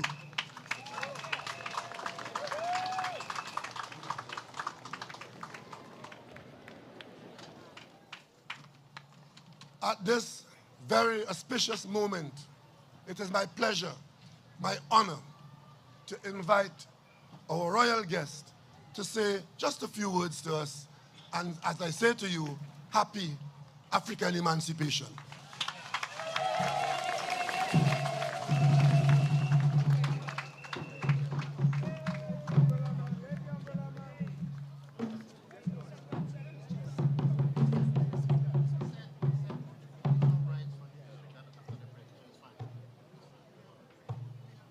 Brothers and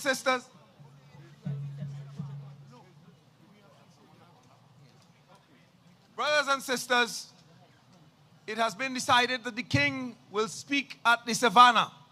So we have to get there to hear the king. But let me apologize to the Prime Minister because I gave him the wrong information there.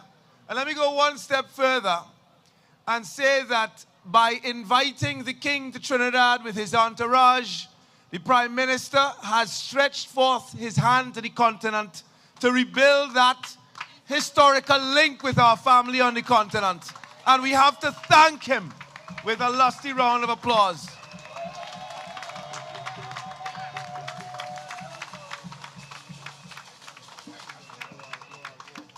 Yes. So, brothers and sisters, without further ado, we will start the day's proceedings. We launch the parade today.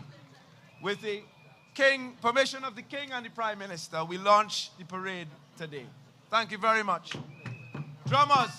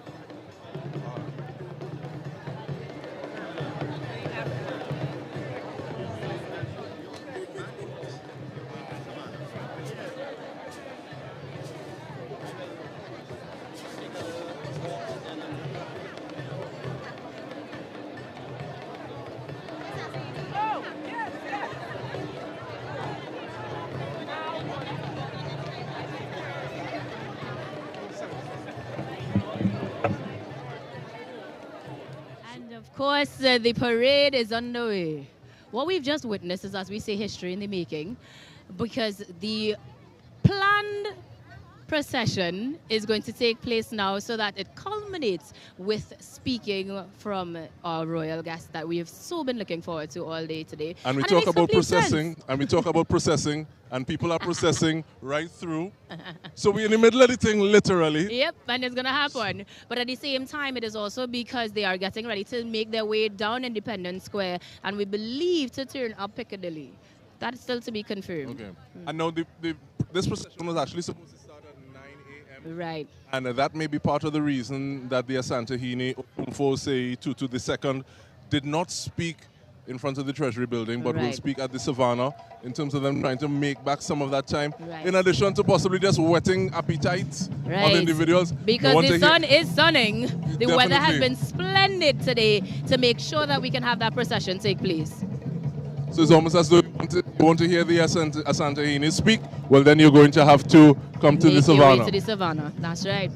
So of course, that means that everybody is going to do exactly that as they are making their way down Independence Square in all their splendor. And I want to be part of this parade, you know. I've got my flats now, so I feel like... Well, I saw the shift, which is Yeah. why I feel a little taller. But at the same time, it's been a pleasure. And looking at the things that we have seen thus far in terms of that imagined conversation between slaves come leading up to the Right. Emancipation Proclamation with Freedom Morning come Right. penned by N2 Pearl Springer.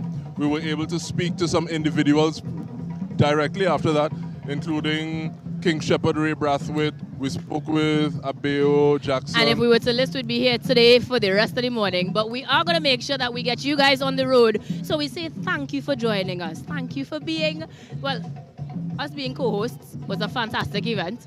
But now we take it to the streets as we continue to celebrate Emancipation this year in 2023 here on TTT.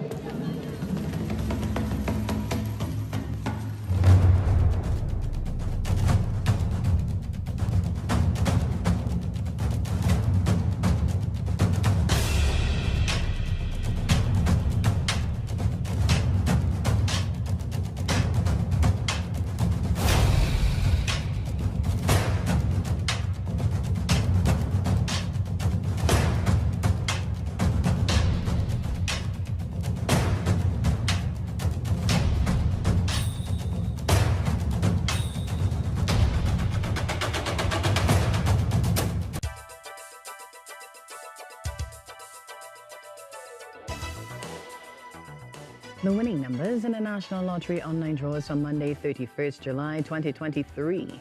At 10:30 a.m., play with number 25, Morocco. Mega Extreme Ball called. Pick 2, the number